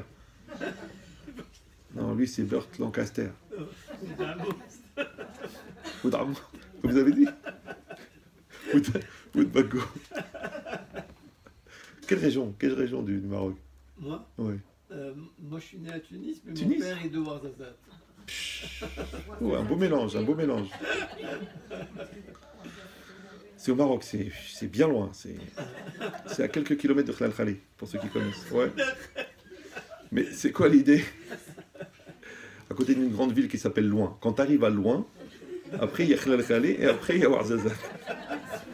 Non, c'est une ville incroyable, c'est un endroit incroyable. Il y a un grand tzaddik là-bas. Donc, vous avez compris maintenant que la Torah, ouais, elle ne vient pas te parler d'une chose qui sont passées il y a 3500 ans. Elle te donne des règles qui s'appliquent en temps réel. Puisque quand Hachem il a créé le monde en même temps au présent et au futur. Donc le présent d'aujourd'hui, il était déjà inscrit dans la Torah du passé. Puisque la Torah elle est au-delà du temps. Donc maintenant, quand toi en temps réel, maintenant, d'accord, en 2018, tu mets tes téphilines, tu es en train d'accomplir un geste de relation avec le divin qui est déjà préprogrammé dans sa potentialité de créer un lien avec Hachem. Et quand tu vas pétrir la matzah, et quand tu vas dire Amotzi lechem min haaretz, et quand tu vas détourner tes yeux pour ne pas regarder, je sais pas moi, des pamplemousses qui se vendent par paire, d'accord?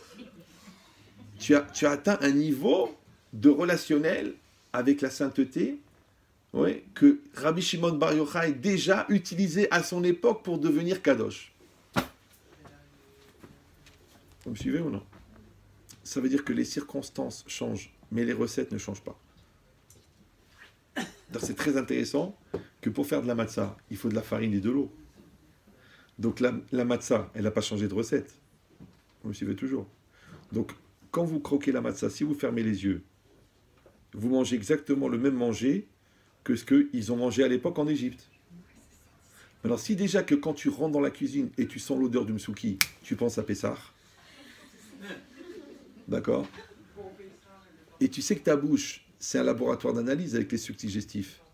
Et que le goût, c'est encore plus puissant. C'est un peu moins puissant que le parfum, mais c'est encore plus puissant que l'idée. Donc quand tu mets un truc dans ta bouche, le goût, il va au cerveau. C'est pour ça que tous les enfants du monde aiment le manger de leur mère. Alors qu'il y a certaines cuisinières qui pourraient être accusées d'homicide tellement ils sont nuls. D'accord? Une fois, j'étais chez quelqu'un, il a servi une dafina. Quand ils ont donné le blé, on a entendu... J'ai dit à ma femme, ne mange pas, c'est pas cuit. Je lui dis, dis-moi, j'ai dit au gars, dis-moi dans ta famille, vous n'avez pas tous des maux d'estomac? Il dit oui. Elle m'a dit, c'est comme ça se mange. Elle m'a dit, chez nous on le mange comme ça, le blé, al dente, al dente, al dente. Moi je dis pas al dente, édenté. Le gars il laisse les dents dans... Mais tellement dur, tu peux le remettre dans le sachet pour la dave d'après. Ouais. Il faut qu'il soit gonflé, moelleux le blé. Mais c'est sa tradition. Il dit c'est exactement pareil. Ouais.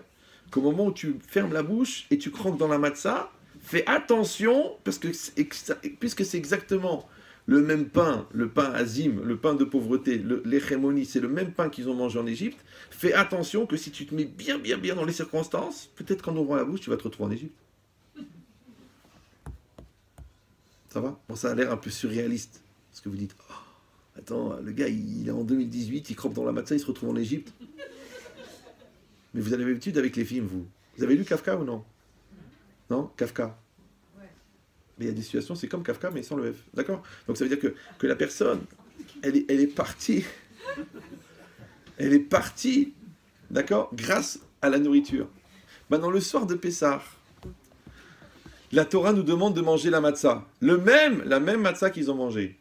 La Torah nous demande de boire les arba kosot. Les Chachamim nous demandent de dire les quatre verres de la délivrance. Les Chachamim nous demandent de manger le charoset, d'accord? Qui rappelle le mortier.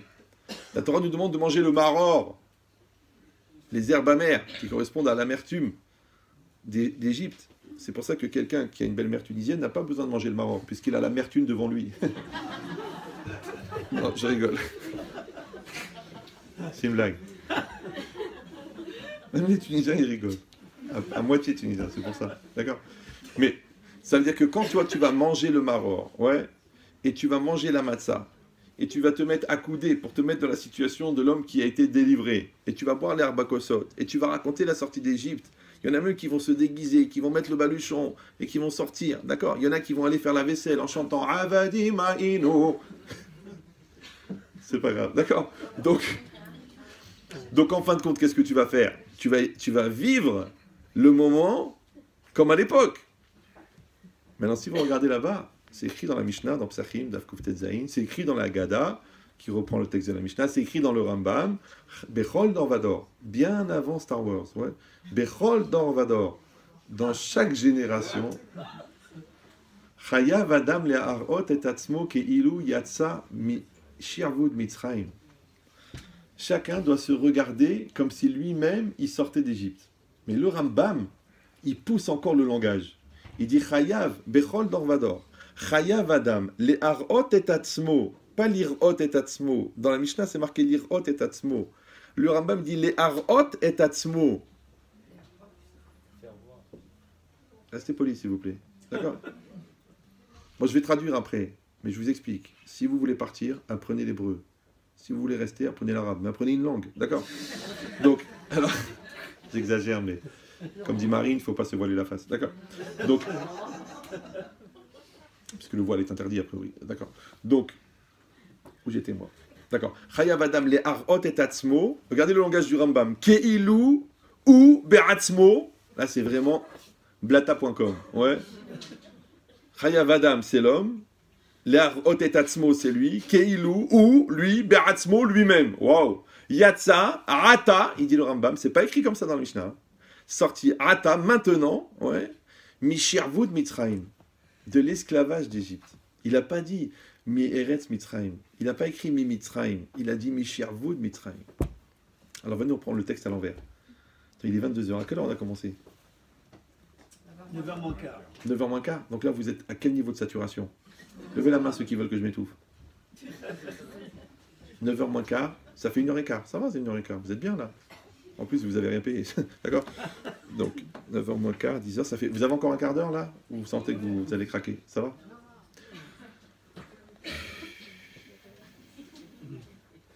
Alors, venez, on lit le Rambam à l'envers. Il y a écrit Shirvud Mitzrayim. Il n'y a pas écrit Me'eretz Mitzrayim. La terre d'Égypte, c'est même pas sûr c'est encore le même endroit. Le pays Égypte, c'est les Égyptiens eux-mêmes, c'est pas les mêmes Égyptiens que l'époque. Vous avez compris que les Égyptiens du pharaon, ça fait longtemps qu'ils sont devenus les pharaphosètes, d'accord? Après, donc, mais Shirvud Mitzrayim, l'esclavage d'Égypte, lui, il n'a pas disparu, lui. Shirvud Mitzrayim, il existe encore. Pourquoi? Parce que le but de Pharaon, ouais, c'était pas d'organiser une grande exploitation. Le but de Pharaon, c'était d'emprisonner les Juifs dans des limites. Parce que Paro, c'est Péra. Péra, c'est la bouche mauvaise. Donc Paro, il représente le Yetzirara. Et Mitzrayim, ce qui veut dire l'Égypte, ça représente Metzarim. Et Metzarim, c'est quoi? C'est les limites. Maintenant, le Yetzirara, il organise les limites. C'est lui qui crée les peurs, les angoisses, qui t'empêche d'étudier la Torah pour que tu te libères, parce que les dictateurs, ils savent que c'est la connaissance qui libère. C'est lui qui t'enferme dans tes peurs, dans la lourdeur, dans le regard de l'autre, dans la mode, parce que le gars, il dit, habille-toi plus serré, mais attends, je vais m'étouffer. Mais c'est vrai, comment une fille de 18 ans, elle met le chemisier de sa sœur de 12 ans? Elle va mourir. Il dit, mais c'est la mode. Mais tu peux pas. Jusqu'à quand tu vas être l'objet de la mode? Ouais. Il dit, donc toutes ces limites-là, elles sont générées par l'Égypte. Donc quand la Torah, elle t'a sorti d'Égypte, en fait, elle t'a donné les clés pour sortir de tes limites. Vous me suivez toujours? D'accord. Donc, Mishervod Mitzraïm, ça veut dire que l'Égypte a disparu, mais l'esclavage d'Égypte existe encore. La preuve, on est tous emprisonnés avec des chaînes câblées. On a des chaînes. Il y en a qui en ont 100, 200, 300. Ouais. Et il essaye de lui enlever, il ne peut pas. Parce que c'est marqué dans le mode d'emploi, la télécommande. C'est un petit appareil comme ça qui vient avec. C'est celui-là qu'il faut se méfier. D'accord? Aujourd'hui, c'est le téléphone. Maintenant, ils ont trouvé une nouvelle forme d'arthrose qui se développe. C'est que le gars, il n'arrive plus à ouvrir les mains. Ça s'appelle une hyphrose. C'est fini. Tu dis, mais j'arrive plus. Tellement il tient le téléphone. D'accord? Donc c'est encore une autre forme d'esclavage.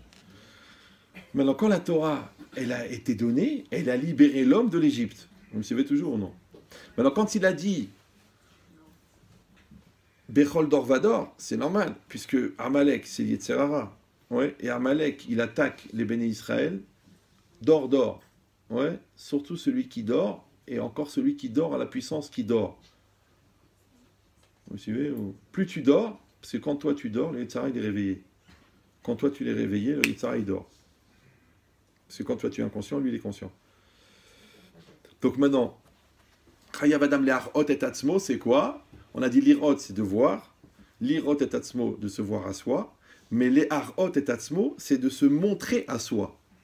Ça veut dire que l'homme, il doit faire un travail d'auto-conviction pour devenir ce qu'il pense. Maintenant, tous les apprentissages que l'on fait durant la soirée de Pessah et toutes les mitzvot que l'on fait durant toute sa vie, ce sont des outils pour devenir la personne qu'on est censé être. Parce qu'à force de mettre les téphilines, un jour, tu vas y croire aux téphilines. À force de prier devant un mur, un jour, tu vas bien penser que tu ne parles pas au mur. À force de rentrer dans le mikvé, tu vas bien comprendre que quand tu as une salle de bain à 35 000 €, c'est pas la peine d'aller attraper une mycose au mikvé là-bas. Donc tu as compris que tu y vas pour la kedusha du mikvé. Ouais, tu vas pas pour te laver. Et tu manges pas cachère parce que c'est bon pour la santé. Tu manges cachère parce que cette viande, elle a été sanctifiée par l'abattage, par un shochet qui a irat shamaim. Après, il a enlevé les graisses, le boucher, il a enlevé les graisses qui étaient interdites. Après, il a enlevé le sang, qui a damou nefesh. Après, toi, tu as mangé cette viande avec la bracha. Pourquoi? Parce que les protéines, c'est très important pour la santé, mais en trop grande quantité, c'est ça ce qui va provoquer les maladies cardiovasculaires. Donc, si tu veux que ce qui ne te tue pas te nourrisse, il faut que tu aies un filtre à sainteté qui va te faire prélever le bien de la protéine et pas le mauvais de la protéine. La preuve, c'est que quand vous êtes bien, vous buvez 3 whisky, vous êtes bien, et quand vous n'avez pas le moral, vous buvez un petit verre, vous êtes par terre jeté. Donc tu vois bien que le taux d'alcool ne fonctionne pas de la même manière selon le moral qui l'accueille dans ton corps. C'est pareil, si tu étais fort et il fait froid, eh ben, tu traverses l'hiver. Mais si tu n'es pas bien moralement, tu tombes malade. Si ton couple il est fragile, fais attention, parce qu'il y a des dangers dehors.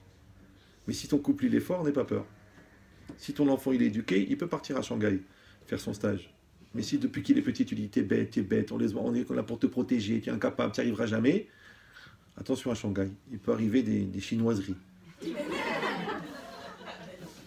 Surtout que ton fils, c'est pas le genre à s'engailler.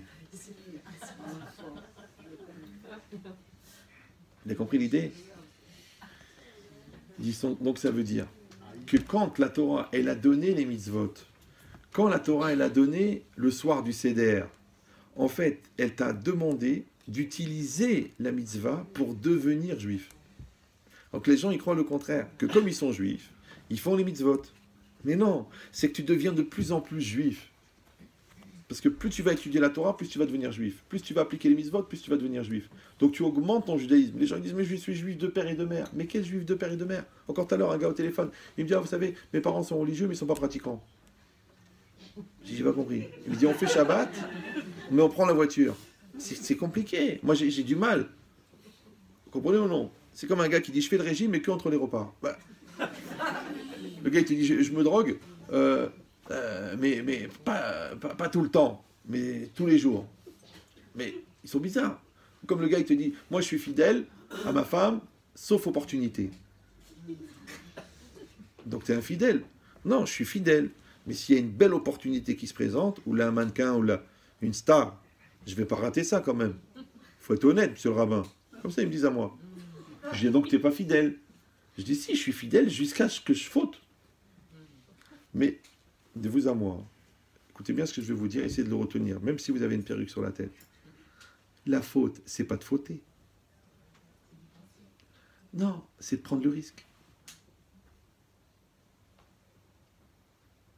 Vous me suivez ou non? C'est comme ton fils. Tu l'as pas tué quand il est tombé du ravin. Tu l'as tué quand tu l'as laissé jouer au bord. Quand tu lui dis, mon fils, écarte-toi s'il te plaît. Ah, mais je sais ce que je fais, hein. Je suis grand, j'ai 6 ans et demi. Tu t'écartes. Pourquoi? Parce que la mitzvah, c'est de s'éloigner du danger. La mitzvah, c'est pas de survivre au danger. Parce que déjà, quand tu es dans le danger, tu es déjà foutu. Toi, tu fais du business avec des voleurs. Tu dis, oui, mais je fais attention. Mais tu es déjà, la DGSI, elle est déjà sur ta tête. Toute la brigade financière, ils connaissent ton prénom. Et toi, tu dis, mais j'ai rien fait de mal. Mais ok, tu as du mal à respirer. Mais tu es obligé de faire du CO2? Non. Donc ça veut dire quoi? Ça veut dire qu'une personne, ouais, elle se rend pas compte qu'elle est déjà dedans. Moi, les gens, ils me disent, mais Rabbi Chetri, mais sans tout bien, tout honneur, on se parle, on rigole ensemble, elle a des problèmes, alors je lui en parle, moi aussi j'ai des soucis de couple, elle me raconte les siens, après elle me dit qu'elle a mal au dos, je la masse, je dis, t'as pas mal devant, elle a mal aussi devant, d'accord. Donc... Et après, il s'est avéré que nous avons fauté. J'ai dit, mais la Vera, c'est pas de dormir avec la personne. Déjà, la Torah, elle a dit, tu peux pas regarder la personne. Après, la Torah, elle a dit, tu peux pas désirer la personne. Après, elle a dit, tu peux pas convoiter la personne. Après, elle a dit, tu peux pas t'approcher de la personne. Tu peux pas t'isoler avec la personne. Tu peux pas parler de choses intimes avec la personne. C'est pas ta femme. Après, tu peux pas toucher la personne. Et après, tu peux pas dormir avec la personne. Mais toi, tu es arrivé jusque-là. Et tu dis, j'ai rien fait de grave. Bien sûr que tu n'as rien fait de grave. Tu sais, quand un gars, il saute de l'avion, vous savez, le gars, il devait sauter, ils étaient ensemble dans un petit avion, on fait du parachutisme, ouais, on y va, allez, on y va. Il y avait les deux sacs, il a vu les deux sacoches, mais il était un peu bourré, il était mal dans sa tête et tout, il a pris une des sacoches, et il a sauté. Et en sautant, il a eu un doute, il a dit, attends, il y avait deux sacoches, il y avait une sacoche, c'était le parachute, et il y en avait un autre, c'était les sandwichs. Dans l'empressement, il ne sait pas lequel des deux il a pris. Mais il voit son deuxième copain qui saute avec le deuxième sac. Alors il lui demande, hey, c'est toi qui as les sandwichs? L'autre il dit non, c'est toi. Il dit quoi? Et il tire, et effectivement, il voit les sandwichs qui sortent. Et il s'angoisse, parce que d'un seul coup, il se rappelle qu'il a oublié le ketchup. Et l'autre, il lui dit, le ketchup, il va arriver. Donc, c'est du bon ashkénaze, vous ne pouvez pas comprendre. D'accord. Mais c'est quoi l'idée? Ça va? Asseyez-vous, j'ai de la peine pour vous. Asseyez-vous. Ça va? Où j'en étais-je? Vous retenez que le plus important. Ah oui. Donc en fait, on l'a dit que, si vous comprenez maintenant, que quand on a dit Bechokotai Telechu, dans mes lois vous irez, et que la loi, elle est faite pour être vécue, et que chaque accomplissement de mitzvah, il te rapproche d'Hachem. Et c'est ça ce qui est marqué Chayav Adam Le'arotet Atzmo Ata. Maintenant, il doit vivre la sortie d'Égypte. Donc on n'est pas là pour commémorer. Vous comprenez? On est pour raconter. Allez les enfants, on va raconter la sortie d'Égypte. Ouais, pour ça que les gens, les ignorants, ils avaient le disque. Ils mettaient le disque, d'accord? Et ça tournait. L'Agada de Pessah par le rabbin Bouzaglou. Abadim Aïnou. Maintenant, le disque, il s'est cassé. Alors, mais ils connaissent par cœur. Alors, ils chantent. Ils se mettent tous autour de la table et ils font la Gada de Pessah par le rabbin Bouzaglou. Avadim. Tellement ils ont écouté le disque, tous ensemble, ils font. Maintenant, aujourd'hui, il y a des agadotes en français, des agadotes en anglais. Il y a des cours. Les Chabad, ils distribuent partout tout ce que vous avez besoin de savoir. Vous avez les horaires, vous avez les mitzvot, vous avez tout. Est-ce qu'aujourd'hui, quelqu'un, il peut ne pas faire?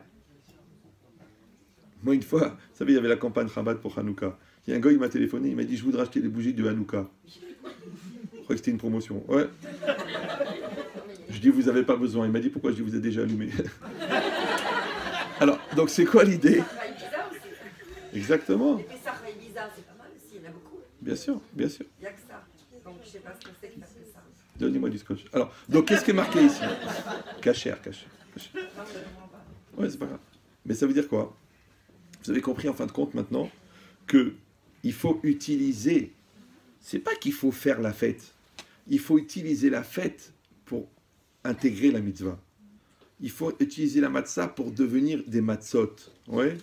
Il faut utiliser le récit de la Haggadah pour sortir de sa propre Égypte. Parce qu'aux enfants, tu leur racontes l'esclavage et les.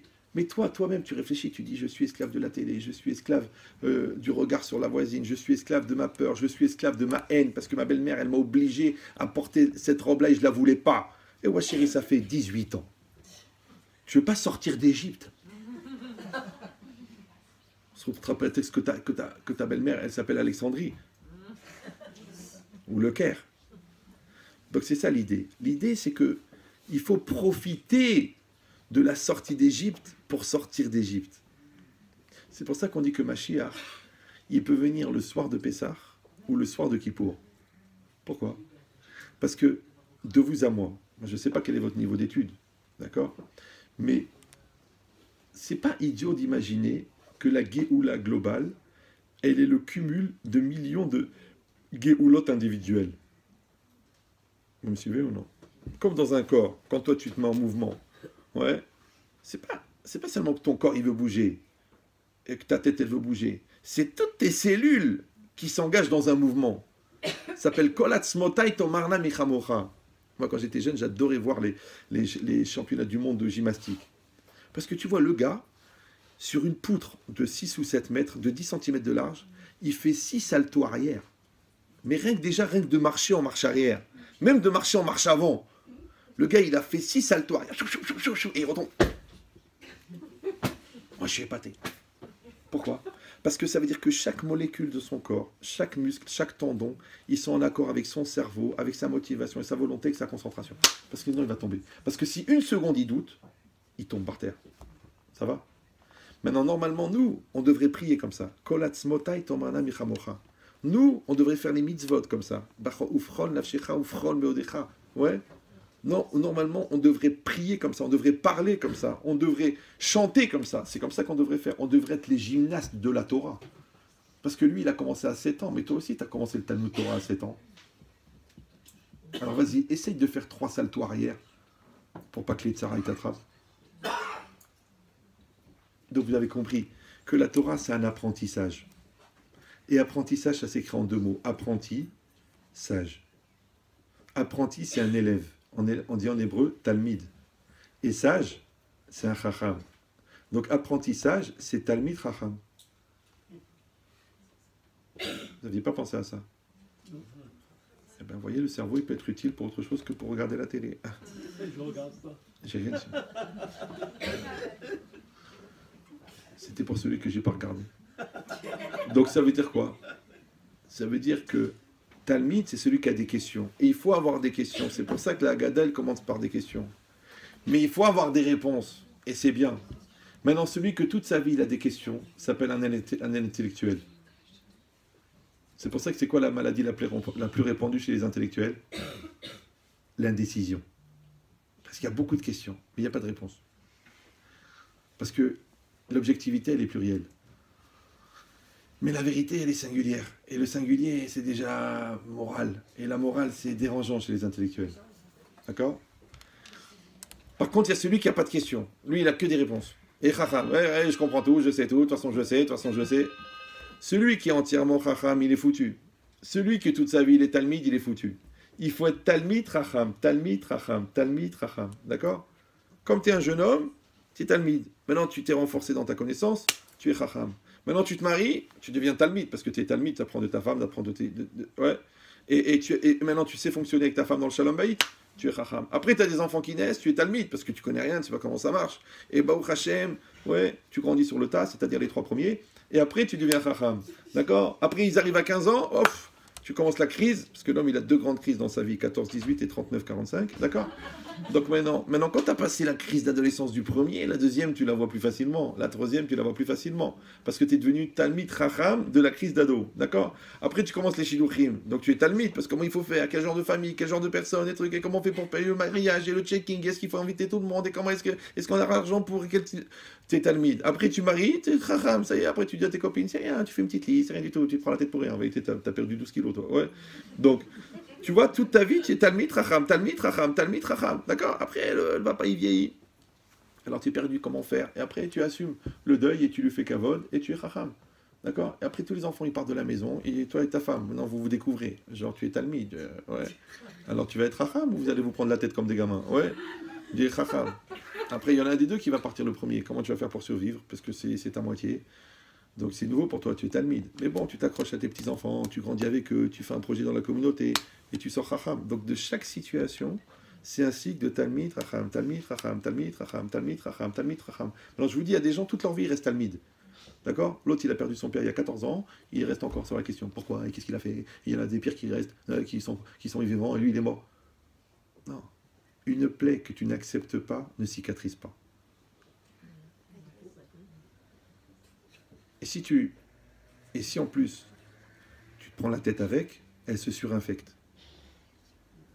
Alors ne viens pas me dire, après 10 ans, j'arrive pas à tourner la page. J'ai encore trop mal. J'ai encore la honte. J'ai encore la souffrance. J'ai encore la déception. Écoute-moi bien. Une souffrance, elle dure le temps qu'elle dure. Mais tout le temps qu'elle dure en plus, c'est parce qu'elle est entretenue. Et comme a dit le Rav de Castorama, tout ce qui est entretenu dure. Et tout ce qui dure est entretenu. Donc si tu entretiens ton couple, il dure. Et si tu entretiens ta dépression, elle dure. Si tu entretiens ta tristesse, elle dure. Si tu entretiens ta bêtise, Blénara, elle évolue. Ouais. Donc ça veut dire que chaque personne, elle doit décider qu'il y a un temps pour prier, il y a un temps pour accepter, il y a un temps pour pleurer, et il y a un temps pour recommencer.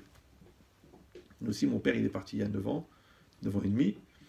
Les médecins, ils ont dit, c'est fini, nana, c'est dans le placenta, pas dans l'estomac. Moi, j'ai dit, on prie, on fait les shtadlout, on fait les shiurim, avec mes frères, on a fait des trucs, on a fait des zdakot, on a fait... Le 26 Nissan, à 6h05, le cœur s'est arrêté. On a dit, bah, Ordayan Emet, on a accepté. Ni on l'a tué de son vivant, de genre il est foutu, ouais, ni on a regretté quand il est mort. Non, quand il était vivant, on s'est battu. Quand il est mort, on a accepté. On a truqué. En plus, comme moi, c'était moi l'aîné des garçons. Donc il fallait s'occuper des billets d'avion, la tombe, le truc, la tara, la babala. J'ai pas pleuré. Ma mère, elle me dit, tu pleures pas? Je dis, maman, quand on arrive au cimetière, il y avait le corps, j'ai regardé tout le monde, c'est bon, tout est prêt. Là, j'ai pleuré. Parce que tu as la responsabilité. Si tu pleures au début, alors après les gens disent, qu'est-ce que vous faites? J'ai pas le cœur. Alors le mort, il dit, alors on y va ou quoi? Surtout que mon père, c'est un khfif de... Les niftar à 6h, à 11h la tahara, à 1h, la levaya, à 4h, il était dans l'avion. Jamais il a traîné, lui, toute sa vie. Non, c'est vrai, c'est une bracha. Jamais il traînait. C'est vrai que les gens me disent, mais comment vous arrivez à faire tout ce que vous faites? Je dis, moi j'ai vu mon père courir toute sa vie, tu crois que c'est un problème de courir? Je dis, vous n'êtes pas fatigué, mais quand tu as vu ton père 16 heures par jour sur une machine à coudre, c'est un kiff de prendre 12 heures d'avion. Alors que l'autre, il te dit, oh, j'étais à Marseille, j'ai mis 2 semaines pour me remettre. Ah, le décalage horaire. Mais quel décalage? Ou l'altitude, va savoir. Ouais. Donc vous avez compris que la vie, c'est un apprentissage. Maintenant, celui qui est malin, ouais, puisqu'ils parlent tous de la liberté, de l'école de la liberté, de faire une thérapie, de se sentir mieux, d'apprendre à se connaître. Mais déjà, la Torah en elle-même, elle te met dans une situation où la Torah elle-même ne te soigne pas, mais elle t'oblige à te mettre en situation forte pour pouvoir utiliser la Torah. C'est pour ça que c'est marqué Derech Eretz Kadma la Torah. Derech Eretz, c'est pas la politesse, la gentillesse, le chemin du monde. C'est la silhouette psychologique nécessaire pour que tu puisses utiliser la Torah. C'est comme si tu as une main et un stylo. La stylo, il va te permettre d'écrire le livre. Mais si tu n'as pas... C'est renversant. Mais si tu n'as pas la main pour tenir le stylo, comment tu vas faire? Vous me suivez ou non? Donc si le gars il est psychopathe, à quoi ça lui sert de connaître le Talmud? Parce que de toute façon, ça va être un chacham psychopathe.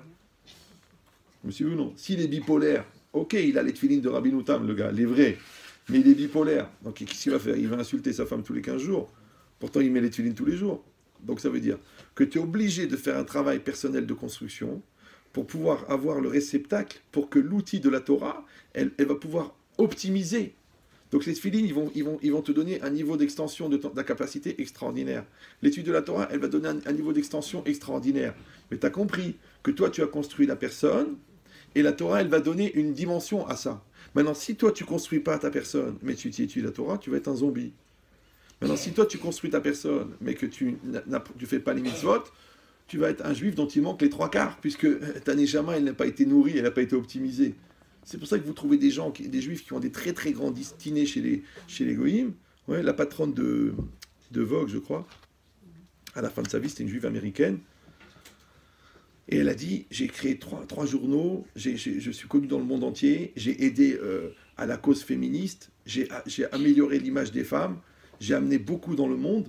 Elle a dit, mais avec tout ce que j'ai fait, avec tous les 3 mariages par où j'ai passé, même les enfants que j'ai eus, elle a dit comme ça, elle a dit, j'ai pas retrouvé la lumière qui éclairait les yeux de ma grand-mère quand elle allumait les nérodes de Shabbos.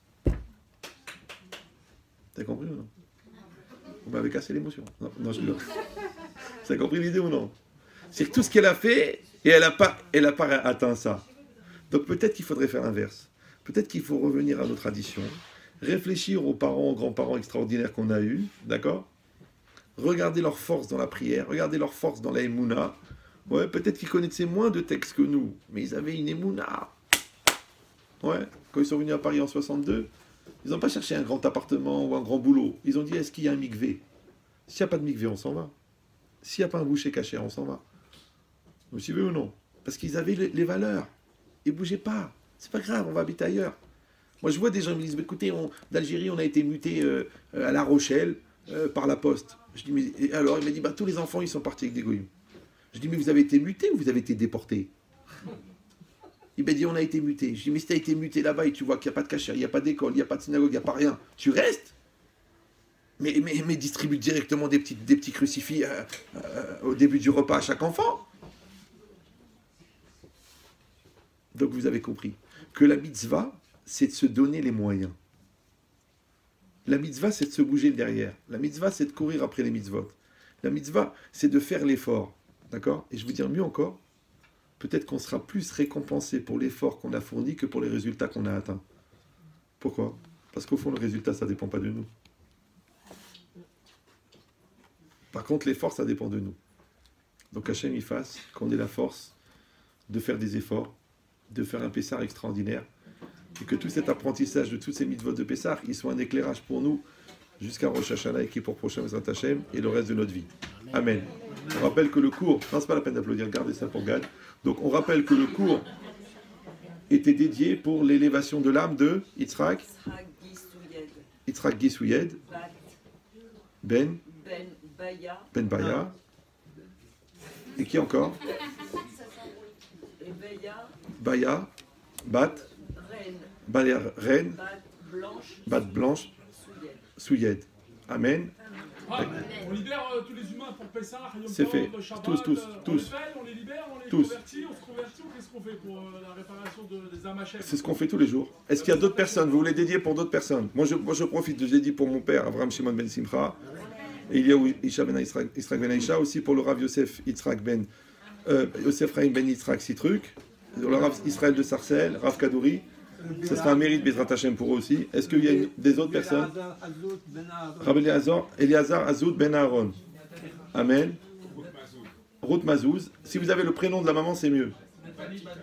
Nathalie Badoli, les gens décédés. Hein. Ouais, Nathalie Badoli.